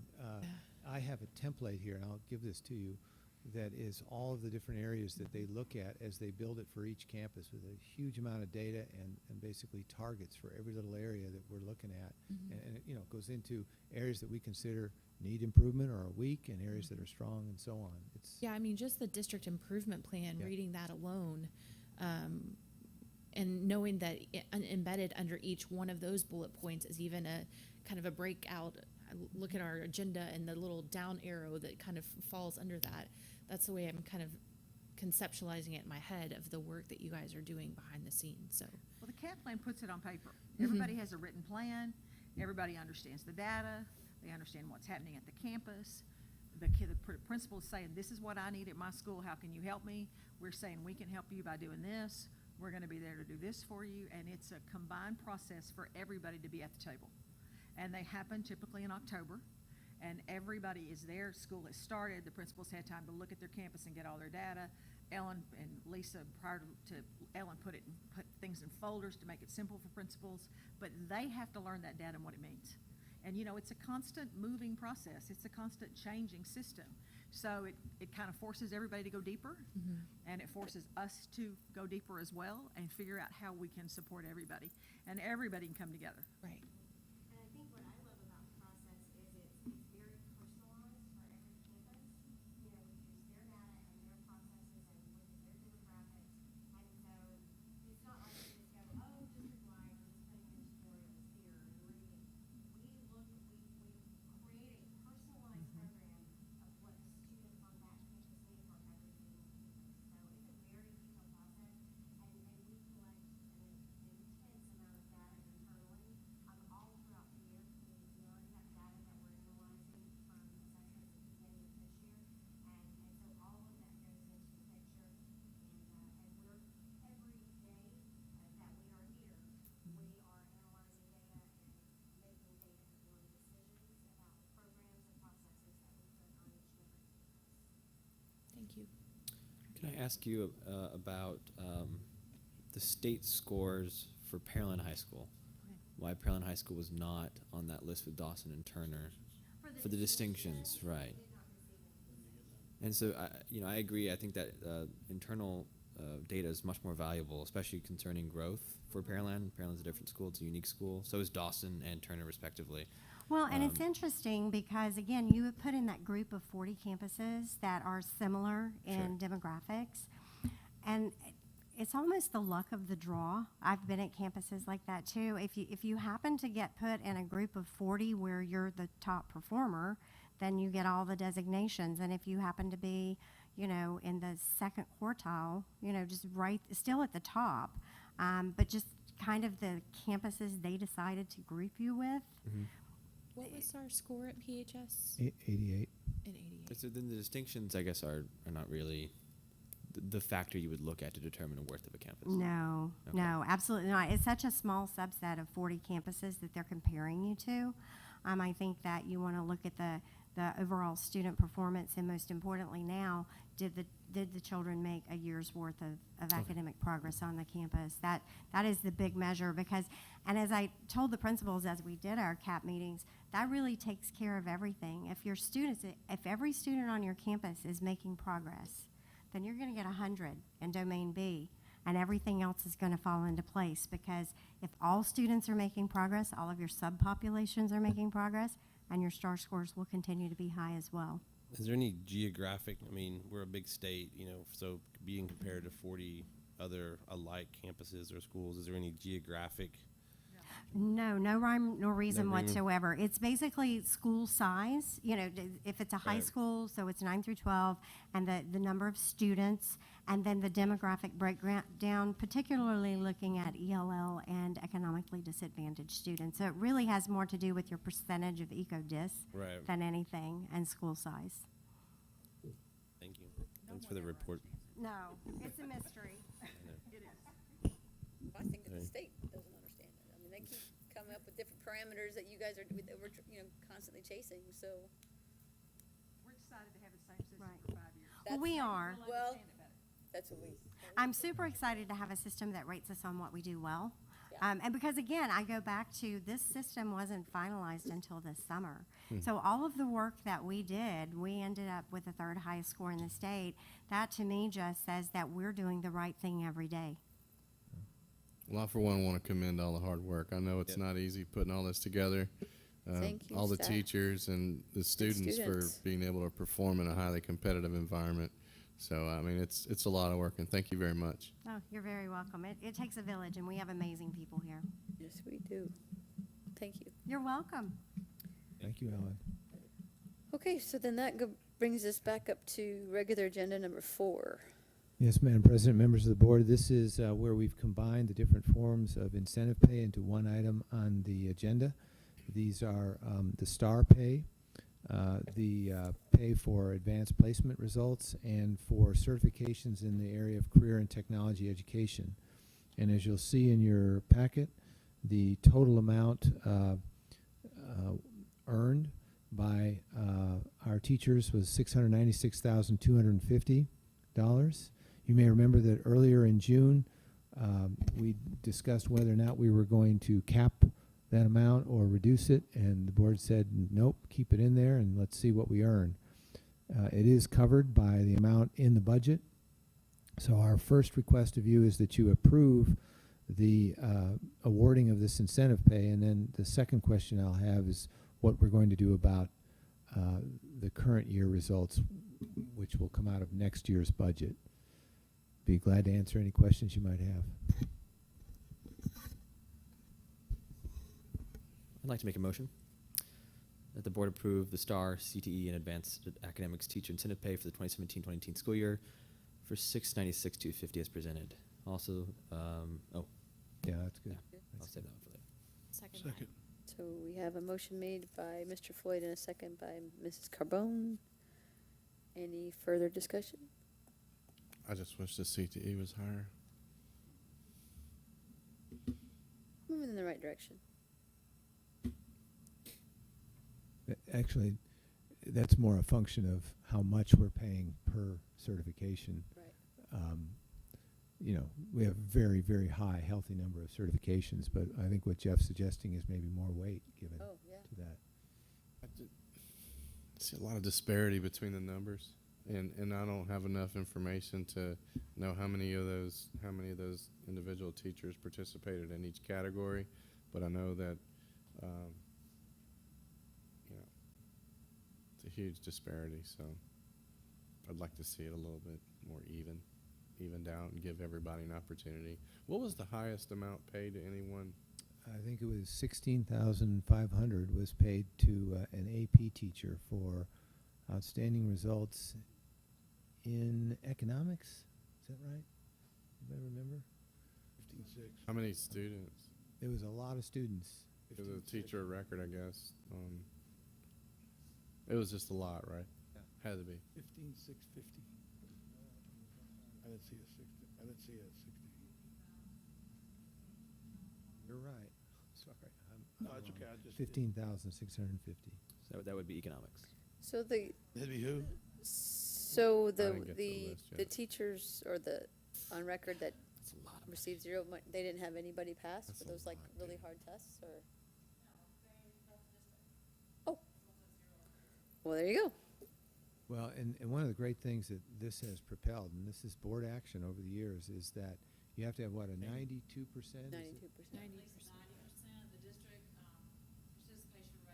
Helps retain those teachers. Good ones. Because in the old days, you cherry-picked who was going to take the AP test based on who you thought would pass. And your system, as you've evolved it, essentially requires an extremely high participation rate as a baseline before you look at the results on the test. So I really like the system, and I think it's responsible for the increases we've seen. All right, any other discussion?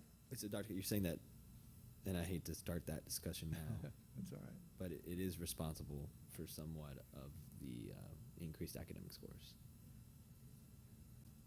I think, Okay. you know, and the board modified it maybe 4 or 5 years ago. Well, I know it's incentive, but I'm just, that's a precursor for the next Right. conversation. Yeah. Yeah.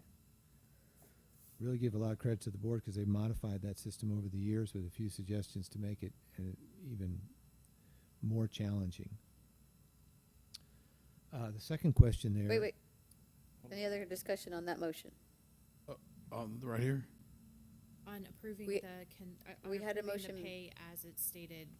And a second, we had a motion made by Mr. Floyd and a second by Ms. Carbone. So if there's any other discussion on that, Yeah, I just have one quick question. Maybe it's already been discussed, but like when you go to Alexander, they received X amount of dollars. Is that up to the campus principal, or is it just? Oh, no. It's No. it's already- a very figured in? Yeah, just Okay, formulas. For example, Alexander got all Thought but it was one a- distinction, so they got. okay. No worries. I thought that was it. I couldn't remember. Maybe I'm going back to the days when they gave it up to the principals back, Right. you know, I remember 15, those 20 years days. ago, that you could do that. It is interesting that the middle schools tended to receive the larger amounts of, but is that a result of tests. the STAR tests that are Yes. given in those Yes. areas? Okay. Yes. I think we're at Becca. okay. Any further discussion? Hearing none, I'll call for the vote. All those in favor? The motion carries 7-4-0 against. Madam President, there's a second part to this item, and that is we know that we're facing a challenging fiscal year in 1920. We haven't made decisions on that in terms of whether we're going to go forward with a TRE, whether the legislature appropriates more money than they've been doing, and other factors. But the difficulty that we're faced with every year is that if we delay this decision until next June, then you're essentially deciding what level of pay, incentive pay, you're going to give to teachers after the year is over and after they have, in their own minds, earned or not earned it. And so if we want to cap it, then we might just say, and just get this word out early, that it might be capped based on the financial situation, and that if it is, then it will be a proportional amount given rather than the total as it has been these last years. But that's your decision. Well, I think, go ahead, I'm sorry, No, go Kristen. ahead. No, what I think I hear you saying is that you want to signal to the teachers that we are either A, going to continue the program or not continue, but it may be proportional based on available funds. Is Right. I that, definitely want to keep it, and I definitely like to see it funded fully, but given the uncertainties about next year, maybe we should have some flexibility built in, and if so, then we would announce that to people right away that, look, we're not quite sure how much we're going to have for incentive pay, and we would award it proportionally to what we have when we know more in June. Can I play devil's advocate for Sure. a moment and think about, from a purely psychology standpoint, when you want a new behavior to increase, you find a reinforcement that works for that, and you provide reinforcement until the behavior becomes innate, and then you can draw some of the reinforcement back, and the behavior sticks. Mhm. So in my mind, when I think about incentive pay, that's the way I'm thinking about it. It's a carrot out there that it theologically or philosophically, we're hoping that teachers are working harder and having better educational outcomes because of this pay at the end of the. I'd like to submit that maybe we can pull back some of that incentive now because we've had it in process for so long, and find that magic number at which our results still are beginning to increase, and yet we're not spending exponential amounts of money in areas, and looking at, is there potential areas and other ways that we can increase those outcomes in other pots, so that we're spreading it equally amongst not just those that have the ability to achieve highly, but those that have the ability to increase, and those teachers that are in the trenches with those students as Right. well.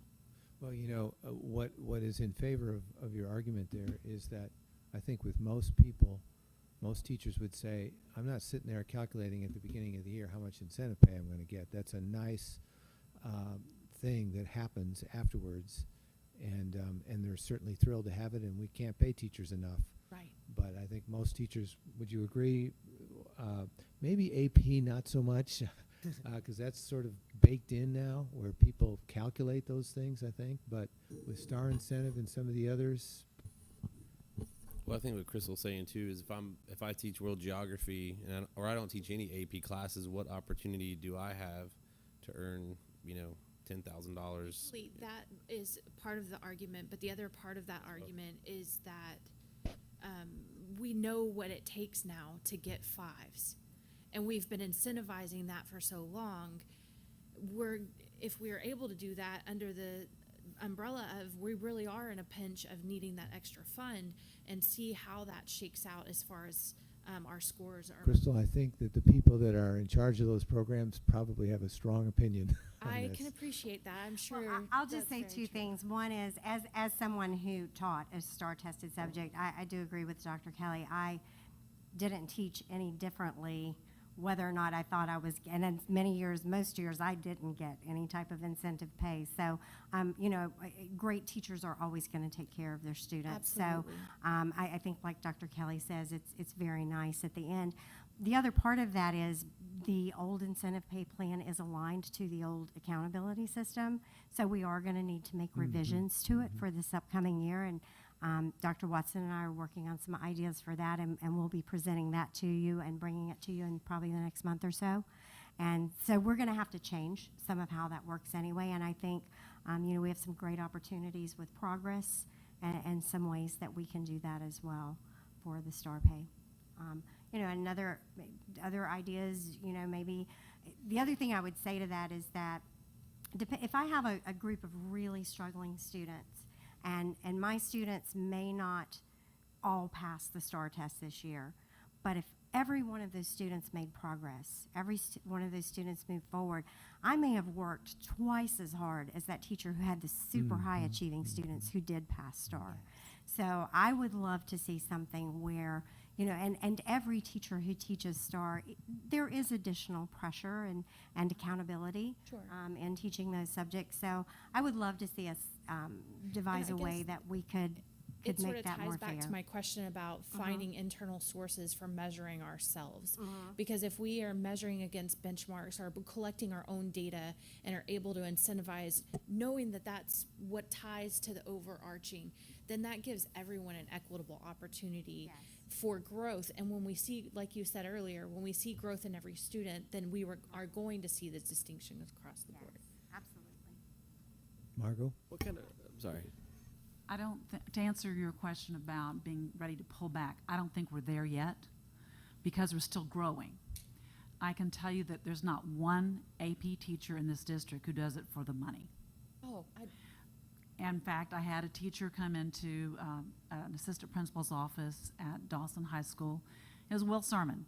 And he said, "What about AP merit pay this year? Are we going to get it?" I said, "I don't know. It's going to the board in October." He said, "Well, I use that money for my class.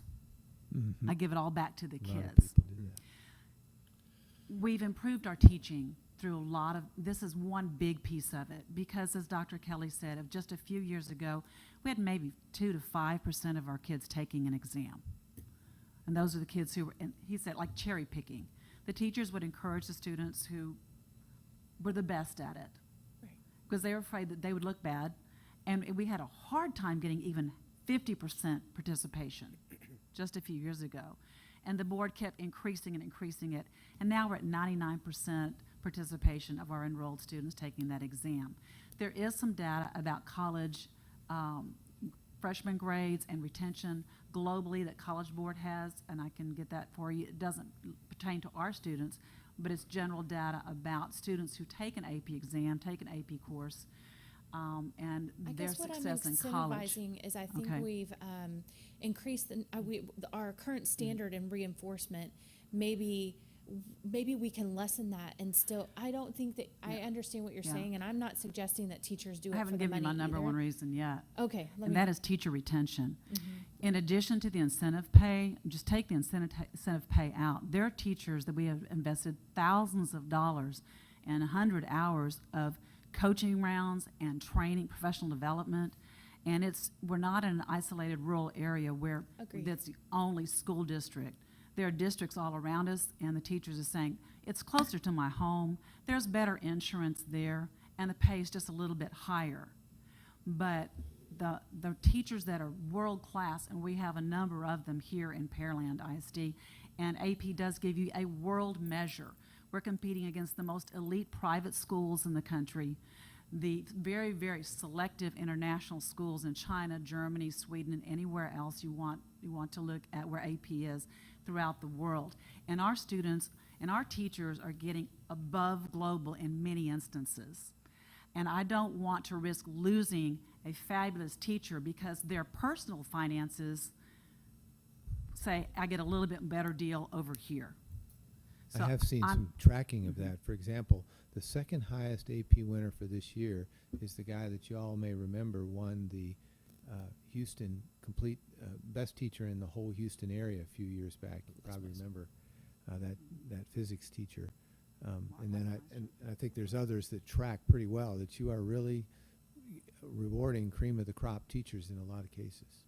We have some of the best AP teachers in the state of Texas right here in Pearland, and I think we need to keep them.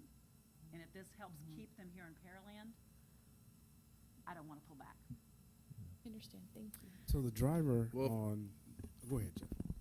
I was just going to ask a simple question, something I noticed. I mean, you mentioned that the teachers don't do it for the pay, but yet you're saying that they're going to leave if they don't get it.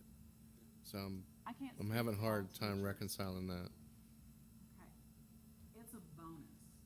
It's a bonus, and it says, I really believe and appreciate everything you've done. And believe me, when you're talking about this teacher or that teacher, we have hundreds of teachers in this district who work really hard every day. Yeah. But there is a lot more pressure in an AP class because it's so public. Those scores are posted for everybody to see. Our North Star scores are posted. And I think there's a tremendous amount of pressure. But I can't speak to each person. That teacher came in and said, I really appreciate this. That's what I appreciate about Pearland. If his personal circumstances became such that that money was a factor, I can see him leaving. Well, let me put Let me Jeff. ask you this, one more question. Jeff, One let more me- question let- here, let- real I think quick. it's not just the money, there are other I'm- supports. I'm not opposing the idea of the money. I'm not doing that. I'm thinking about this, and Reconciling I'm the two looking for things. equilibrium across the entire district, not just in AP.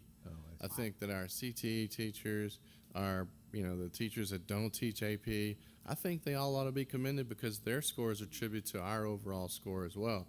So I think that I would like to see more equilibrium across the board for all teachers, to give all teachers the opportunity to make a $5,000 bonus or $2,000 bonus. I'd love to or- see that too. Yeah. So, And that and I 40% applaud you for making the argument for you. I get it. But 40% So- of your accountability for the next 5 years is going to be that college career and military readiness. And so there's a lot more pressure on that AP and CTE and the end of course exams. That's Mrs. kind of my point. Yeah, I understand. Mrs. Gagey, when you started your comments, you said you think that there's going to be a time and place to pull back the incentives, but you don't think that that's yet. What markers do you have kind of in your head about what that would look like? I would look for a leveling off. We're still growing.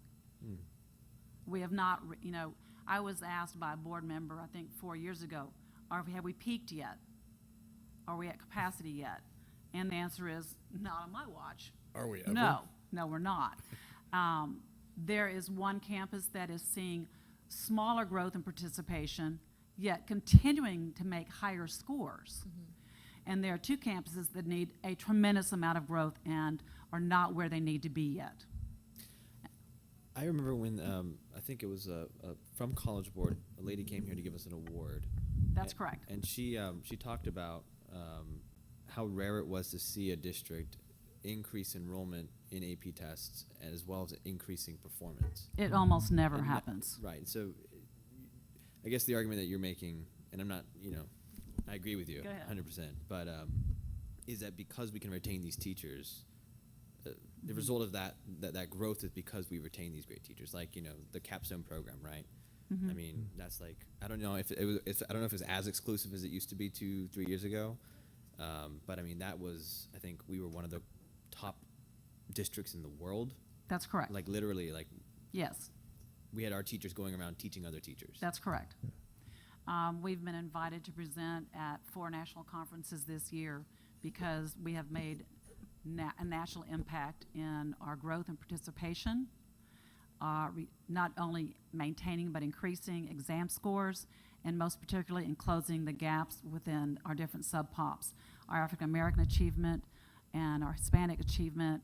I'll be presenting, I think, in Los Angeles at the Dream Deferred, which is about African American achievement. And everybody in the nation is looking at Pearland and what are we doing with college readiness and our advanced placement in particular. So I guess my question is, if you, at what level would a cap on this kind of incentive pay damage or deter results, and would it? I think it would be hurtful now. I think every teacher in the district understands that there's a financial crunch and we're trying to cut back. And they've understood from the very beginning that there may be a percentage paid rather than a full amount. But I can't predict when Sure. we'd be ready. But I said as long as numbers continue to increase, I think we're still working. It's like you said, as long as you see that increased or improved behavior that you're desiring, then, you need to keep going there. At some point, if we level off and we can just say, this is routine for us, this is what we do every day, and at all 3 schools, then that may be a time that I would consider it. And I absolutely agree with you that CTE needs to get some more recognition and some more reward for that. I don't have a magic answer. I know that Lisa Nixon worked for 3 years trying to put an incentive pay package together that she thought was as fair and equitable as possible. It's difficult when you don't have a measure. What AP does is has an international measure that it's clear.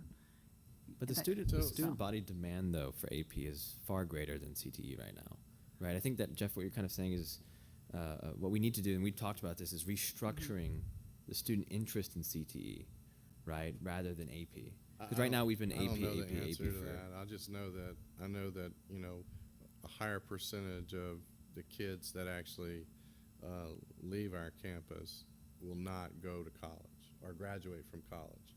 So we have roughly 60% of the kids that leave our campus will not graduate from college.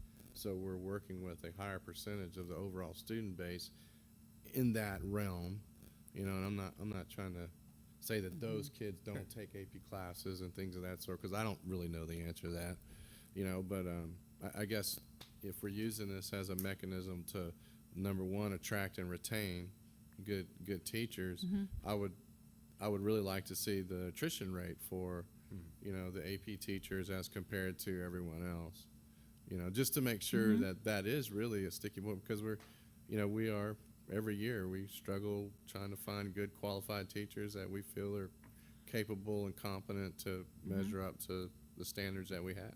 I have some information on that for another, we can do that another day. Margot, Sure. am I right that we've kept the rule that if you leave the district, you don't get the pay unless That's you've correct. retired? That is correct. And so, let's say that you're going to get $3,000.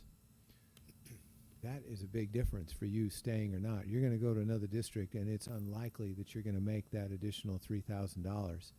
Now, I would say the greatest problem for us is health insurance. We've all talked about that. That's where we are not competing well at all. And So how do other districts compare to their incentive pay? our incentive pay is significantly better and different. Most school districts do not have this level of incentive pay, if they have it at all. Now, the ones I know that have it have a very different structure, and it's not. I don't know any others that are designed to continually improve performance. I think that's what's different about this. Is not the amount, but the structured plan to improve performance. But I think the question before you tonight is, I mean, I'm hearing two things. One is whether we should cap it, and the second one is whether we should redesign the system to recognize other things besides what we're recognizing now. I only need an answer on the first one really tonight, which is, do we want a cap or not? Well, I was going to say, I was going to say that my my questions on the I don't have a problem with the total amount of the incentive pay. Just I had a question when you look at the distribution of the amounts on the AP, they're all over the place, right? So the main driver is the number of kids you have in your in your classes. So if you're teaching the more popular AP classes, you're going to have more students, right? So let me just ask you this question: is there a way to level out those bonuses? Because, like you said, you have everything on here from $1,300 to $15,600. Sure. Campus principal gets to assign which teacher teaches which courses. And and what we encourage them to do, especially if there's a single course, that they pull on a second teacher and grow that teacher and plan with the expert or master teacher and grow the program that way. So we've been successful in expanding course selections that way and the number of options for students. So you're spreading the popular, you're giving other teachers other students. Oh, parents demand certain teachers too. It's like you don't want, if you have your best, and I think this would work for fourth grade writing too. And if they're getting incentive pay, you don't want to take your best fourth grade writing teacher and put her in third grade, because that would have possibly a negative impact on your performance. The other difficulty is that AP tests differ in difficulty level. Sure. And so, there are some tests where it's easier to achieve a 3, 4, or 5 than it is in others. We've worked for 5 years to find AP computer science teachers and economics teachers. I mean, it was a struggle finding anybody who had those certifications and could do that well. And we're there. We have and then there's the comparison fabulous, between Dawson High School and Pearland High School. I haven't added up the numbers. I'm no math whiz. My husband can look at this and give me a round number really quick, but I don't have that. But I know that the values at DHS are much higher across the board than we see at PHS for the similar coursework, I'm assuming. So there's the question of how could we better incentivize PHS, or is there a way to do that? I mean, to make it more... Teacher retention at Pearland High School is for AP, is something that we're working on. And you have to really go course by course. I can tell you that the best teacher in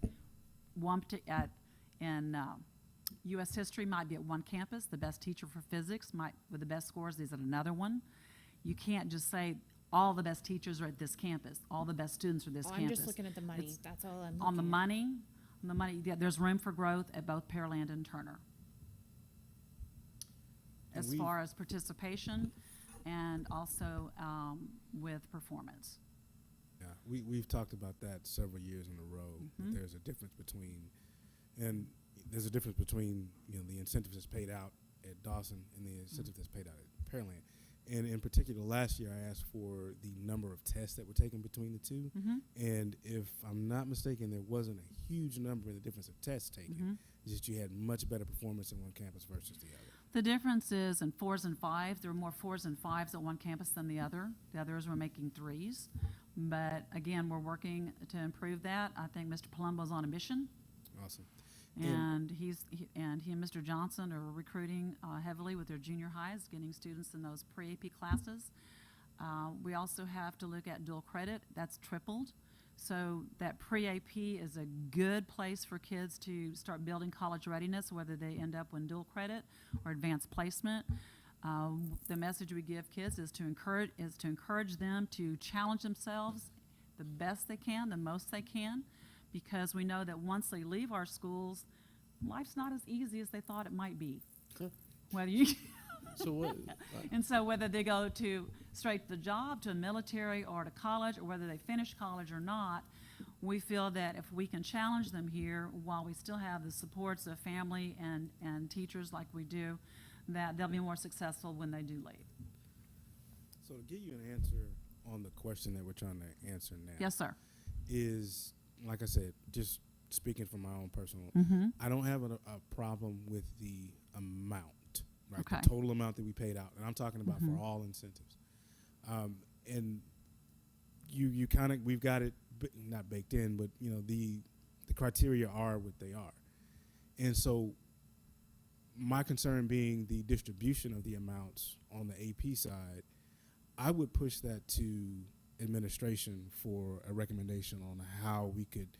Is it appropriate to level out? Should we, try to do that? Should we cap and say that each teacher, regardless of the number of students you have, has the opportunity to earn, I'm just throwing out a number, $10,000. And then you make a pro rata share of that $10,000 based upon how many threes you get out of your, and so I'm going to push back for the how to administration for your recommendation. And that would be specific to AP? Specific to AP. Some of those are very, like the two highest ones were physics and economics. And it's very difficult to find really good teachers in those areas. And so to Charles' point, do you think we're going Sure. to lose teachers if we had a $10,000 cap as an incentive for an AP teacher? I can't speak for the teachers if there's a cap or not. I know that what we have in place has really helped grow the program, not just in the participation, but in the higher scores of 4s and 5s. So I can't answer for how the teachers would respond, but I can tell you that we try to incorporate more teachers every year. So if, for example, if you've got five teachers who are teaching world history and 2 of them are teaching AP world history, they try to bring in a 3rd teacher, and who may have just 1 section or 2 sections, and as they become more proficient, they'll spread it out. They did that at Dawson a couple of years ago with AP English 3, and had great results. We had a teacher get that high incentive pay. She now works in CNI. You know who I'm talking about. But she was our top scorer, and it was interesting. Before her, she had a top scoring teacher, and then when that specialist started teaching AP English 3 instead of English 2, they planned together, and her kids scored almost as high, if not, right at where the mentor teacher did. And then when that first teacher left, and that new teacher became the mentor, the next teacher did really well because they grew the program. And the numbers were split. Like you said, that amount was split. But in order to split the money, you've got to have another teacher who has the capacity to be as successful in AP and has the desire to do it. But again, I want to bring people back to the question we need answered tonight. I hear what you're saying, Charles, that there's a second question of whether or not the system ought to be more leveled out. But do you mean by that should contribute to a lower cap, or do you mean just that tinkering with the system so that there's more equity in terms of per teacher? That tinkering with the system to see that there's more equity per teacher on the AP side, okay? And again, because that was my concern, right? But I would just look to administration to say, yes, we should do that. No, we shouldn't. Here's the pros and cons, right? So I'm going to leave the how up to, you know what I mean? I'm just kind of coming up with the what, right? That's so you're saying no cap is what I hear you saying. I don't, like I said, with the amount that I did throw that out. There's just a handful at that high amount, and they're Right. pretty elite fields where we don't have Right. another teacher with that level of expertise. Yeah, okay. So I mean, my, it's- So what I'm saying is that maybe, like, if I'm thinking of it's just a business, right? Sure. And we can say, all right, if our net profit is that this amount, then we'll pay out X percent. We don't have a net profit. Right. We don't have a number to kind of start from that, right? So that's not available to us. And, we don't know what we're going to get from the state year to year kind of sort Well, of. I think that was one of the first comments that Ms. Gigi made when she first got up here, is that the teachers know that we are facing Right. financial difficulties everywhere, right? And so So you- that if we had to cap it, Yeah. and they know it's not that we're taking it away from them, Yeah. but But that's, I think what Charles is saying, which I agree with Charles, is that when you look at it from a pure budget standpoint, right? If we have a deficit of $8 million, and this is part of that deficit, you know, because again, you can cap it or not cap it, but at the end of the day, what you're saying, Charles, is, hey, look, if we're facing a $16 million budget, are we going to be able to pay it fully, or are we going to prorate it, but not, you know, I don't know, Dr. Kelly, if you've got to make that decision tonight on whether you No, cap it or not cap it, but I think certainly that, But at we least need to my tell them. opinion, maybe in some of the other board, that we like this program and that we would want to continue with it. You know, always subject to where our funding is. I just I felt think you get awkward, that if you message out. remember, in June, because I was asking y'all, do you want to cut this? And your basic answer was, and it was a good, solid answer, is how can you change the rules after the game has ended? Right. So And this is that's what I'm trying to this is at the avoid. beginning of the game. We're telling them, okay, look, there is a chance that there is going to be a cap. We don't know what that cap is because we don't know what we're going to get. Well, I But can we're tell you not- from the, we're not getting rid of this program. I'm a big proponent of incentives. I love them. I think people work harder, honestly. I mean, in my whole career, you know, I've had that. You know, we're subject to a board bonus at the end of the year, subject to board approval, all that stuff. And we know that going forward every year that the board could approve or not approve that. And I think as long as staff and that kind of rolls down, that it could be prorated based upon state funding and what the budget is. But certainly we want to But do we everything hope that we we can don't to. have to cap it. But we know that we're going to be facing a deficit next year. Yeah. We already know we're not getting No. any additional funding And, with this and session. that's just kind of the way it is, right? But I I guess the think question is like, to what extent, right? right, and so yeah, I Well, mean, I think you know, let's, in my opinion, the number is a number. It's 0.4% of our entire budget, so it's not a huge number. But I just want to see more equilibrium across all teachers. I want to give everybody the equal opportunity to get the same amount of budget, because I mean, I personally feel like if I'm the one always losing out on not being able to get a higher part of it, because just like the kids that have the class ranking, they're proud of that. Teachers are proud of their work too, right? So there could potentially be a morale issue associated with that, because they may know that, well, you know, like Pearland High School, there may be something along those lines. But, you know, and I noticed that CTE's cap per certification. I mean, how many certifications a child's going to get? I mean, a kid can take 4 AP classes, and, you know, freshman, junior, senior, whatever, you know, AP classes and whatnot. So they have a lot more opportunity to provide that bonus structure back to those AP teachers. So I'm loosely in favor of a cap, but I would just like to see more equilibrium and give everybody an equal opportunity to get a higher incentive. to a certain extent, on the AP, right? This is almost like a well, not almost. I mean, we're incentivizing a behavior, and it doesn't go to everybody, right? And even when we talk about the STAR doesn't go to everybody, because everybody doesn't teach on a campus. Everybody doesn't teach a STAR grade, right, or something that's STAR tested, right? So I think if we go into it looking for everybody to get a chance to have the same amount or something like that, I think maybe that might be an unrealistic goal. And, you know, I don't, again, I'm not going to write the policy here, but I'm just saying, knowing what this policy is about, I don't know that equilibrium across the board is what we're shooting for. I think if we look at it the other way, like, what are we trying to reach and what's our goal?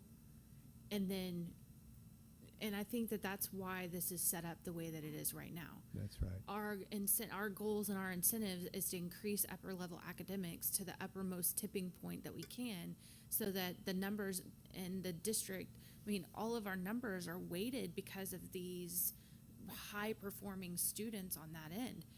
You're not going to see that same performance level necessarily in a CTE kind of setting, but that's okay. So de-incentivizing CTE to outperform, or, you know, to meet a certain certification, and that's it. You know, that's not really the message I want to send. Or those individual teachers that don't teach a STAR, or I'm maybe with you. want them to aspire to do that. I hear what you're saying, and I feel passionately the same way, because my whole life I've spent in special education. I mean, these teachers are dealing with the most difficult learners and struggling and individualizing their education for tons of different students all at the same time. Very and good. they're not going to see the AP incentives ever. they're not going to see the same STAR incentives. I mean, that's just not, it's not in the cards. But at the same time, as a district, what is the goal that we're targeting? And I think that's the part that's stepping back and looking at why we're doing what we're doing, and then trying to make it to where we can get as many people there as possible. Like looking at what are we hoping for CTE, and then incentivizing that. I'm game for that. But just trying to make it equitable for the sense of equitability, I'm not sure that I'm on the same page with you. Well, I'll tell you what I take away from this discussion, because that a cap may come, so we'll tell people that it may be coming, depending on finances and so on, and that you'd like to see us tinker with the system to make sure that the most important things are being pursued and that there's a level of equity there. Now, and I think you all realize this, it's a lot harder to find a reason that a PE teacher can be objectively graded for an incentive. And so there are limits, and so as Crystal just finished saying, you have to prioritize what are the most important goals and incentivize those. I think we're prioritizing STAR, CTE, and AP, right? That's great. I'm good with where we are. Okay. Well, that's what the state is saying is important. Yeah, and so, but I also did hear that the incentive plan is about to be revised because we got new accountability standards, and you know that's good to know, right? So that's Makes sense. okay, good. Oh, the career And college readiness, the career, yes, college yeah, readiness, that is CTE. Yep. Right, AP, don't right. forget it. And One so, of the things, that is it. yes, ma'am, go ahead. One of the things I want to say from the CTE teacher standpoint is that they are absolutely grateful for any incentive pay that they receive. They know from year to year that it is not a guarantee, that it's according to the budget and the blessing from the board. So they are extremely grateful. If you did away completely with incentive pay, it wouldn't change their behavior or their teaching in the classroom. They're going to still teach at 100% every day because their kids are their trophies. That's who they have at heart, right? For CTE, what the incentive pay does really and truly, it helps us with recruitment. There's not another district in the Gulf Coast area that I'm aware of that has CTE incentive pay. It's an anomaly, and it works to our advantage. There are times at which other school districts are having a hard time finding health science teachers. But let me tell you, the word has gotten out that Pearland pays incentive pay to CTE teachers based on passing certifications. That has made a huge difference for us. Well, that's good. Thank you. That's good feedback. Yeah. I mean, and if, again, I'm not tying your hands in what you have to look at, right? I mean, this is, I think, your time for you and your staff to sit back and say, well, what are some of the things that we want to see that aren't there already, right? Do we want to bump the number per certification, right? I like the idea of student growth, like individual student growth. Right, like and a so certain- just, it's a time to kind of, you know, mess with the thing, and there may be some really good ideas out there. We can do it. Yeah. We can do it. Well, now that I know To it's Kee's not that point, big of a even if you deterrent. capped it, it wouldn't. I mean, CTE. I could run the math on this very quickly. If you capped it at 10,000, you'd maybe be saving what, 25 grand. I mean, it's not gonna. I mean, when you talk about a cap, Dr. Kelly, if Yeah. you're gonna cap it, I mean, you know, you're gonna. Well, The no, whole I- point to cap it is to really impact it. No, I think the way that we would cap it is Yeah. we might leave whatever system, whether it's the current system or a future one, exactly as it is, but then say we're going to award 74% of the amount that you would have earned in a fully solvent, financially solvent year. So you just basically, you know, establish a percentage, and everybody gets 75% of the full amount. And if we end up doing that, I'd really like to know the data of performance tied to that. Just Yeah. So I think we got enough to go on. Ellen, you've got a big job in front of you, but we'll all help. And then you got to keep in mind that you might come back in next month or whenever, and then we'll just say, I pay the whole thing. Right? You got to realize Just that be might prepared. happen. Just be right? prepared for that. But thank you all Have so been much known for looking at to it. do things like that. Is CTE incentive? Okay, moving on to number 5. Yes, ma'am. the Consider to approve to transfer the remaining 2014 bond project funds. You've heard us speak about this ad infinitum over the last few months, so we're just Motion. making that formal. Motion that the board approves the transfer of the remaining 2014 capital projects funds of $936,471 $21 plus accumulated and accrued interest, as well as $565,000 of interest earned on Series 17 bond investments to the debt service fund. Second. There's a motion made by Mr. Gooden, second by Mr. Murphy. Any further discussion? Hearing none, I'll call for a vote. All those in favor? Motion carries 6-4 and 1 absent. Madam President, let me move ahead and say that the 12B report, which is the budget and budget planning, that's just for your reading pleasure. Okay. And so the only remaining item on tonight's agenda is the community outreach activities. Yes. And what I've put together the requests that we've received collectively or individually. And as you heard me say earlier, we could do the tour of the rig on November the 14th. Which I think would be awesome. Which is the day after the November board meeting, but it happens to be when the Bond Oversight Committee is meeting. Other than that, originally Jeff suggested the student advisory meeting in December, and I had moved it to January because of that other thing, but if we do the tour, if you all do the tour of the rig in November, we could bring that back to December, whatever you wish. All right.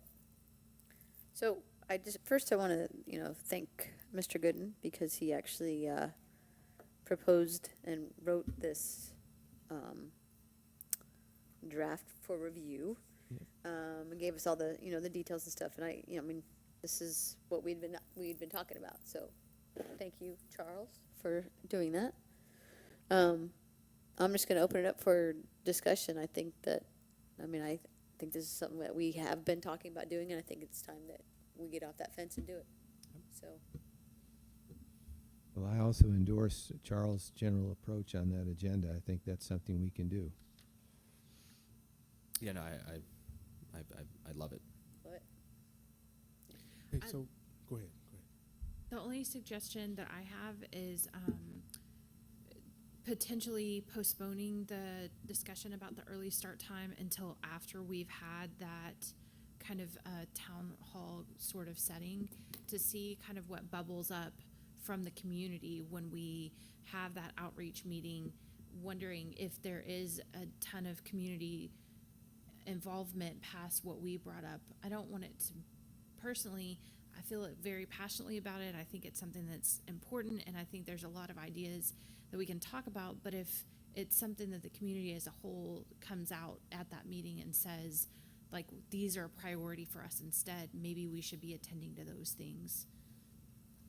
I would agree, and I would actually say that we should postpone I wouldn't go and do a workshop, a community workshop on the school start times. I would say that's something that we should workshop as a team of 8 and kind of see if we can all get on kind of the same page about what we want to move ahead with, right? And then so I would say let's have a workshop with us, and then maybe not number one.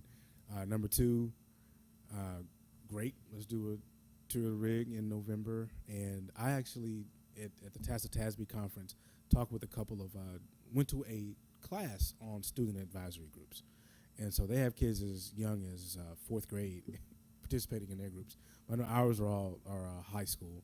And I'm excited about that and looking forward to it. And then, again, number 4, when we were talking about town halls last May, nobody was opposed to it. So, I think it'd be a great thing to, roll out and just kind of.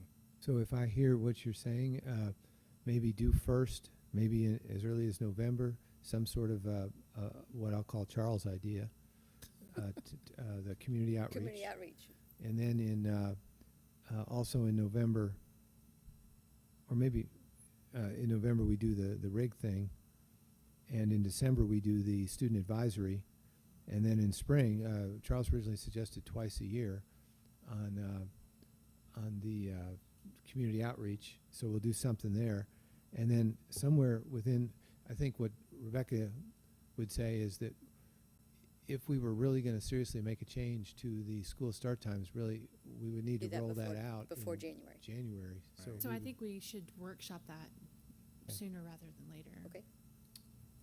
And that whole, the 2 town halls per semester or school year, whatever, that was But Mr. may I make a Floyd's idea. suggestion with that? Can the, I don't know if this is something that everybody else feels like, but after the team building, I've walked away feeling like maybe a team discussion about the strategic plan, and that school start time is a part of that discussion, so that we're talking about kind of these overarching goals of what our AP targets look like, and all of these kinds of discussions cumulatively of what school start time is a part of that.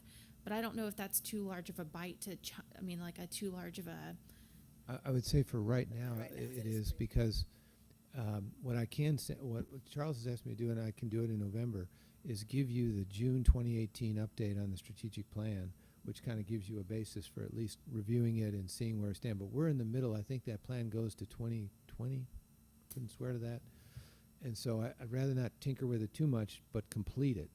And so we could present that to you. But separate and apart from that, all these other things you brought up tonight, I think, are doable. okay. You know, Dr. Kelly, can you clarify? I have a question. So what are we, and I look at the agenda item, it says I guess it requires board approval. So are we actually approving this executive summary, this agenda? Are we approving No, the draft that We Charles don't have to submitted? approve anything. No, yeah, I'm just trying to, This is a discussion, he wants guidance. Yeah, guidance. What the board really wants to do. Okay, because on the agenda item on page 108, I Yes. guess it says board approval required, and it says yes. So Yeah. are we actually approving something, or is this just discussion? I think just discussion so that I can start scheduling these events. And what I'm hearing tonight, I think, is better than what we originally had. Really like it. Give me that schedule again, what we're gonna. Yeah.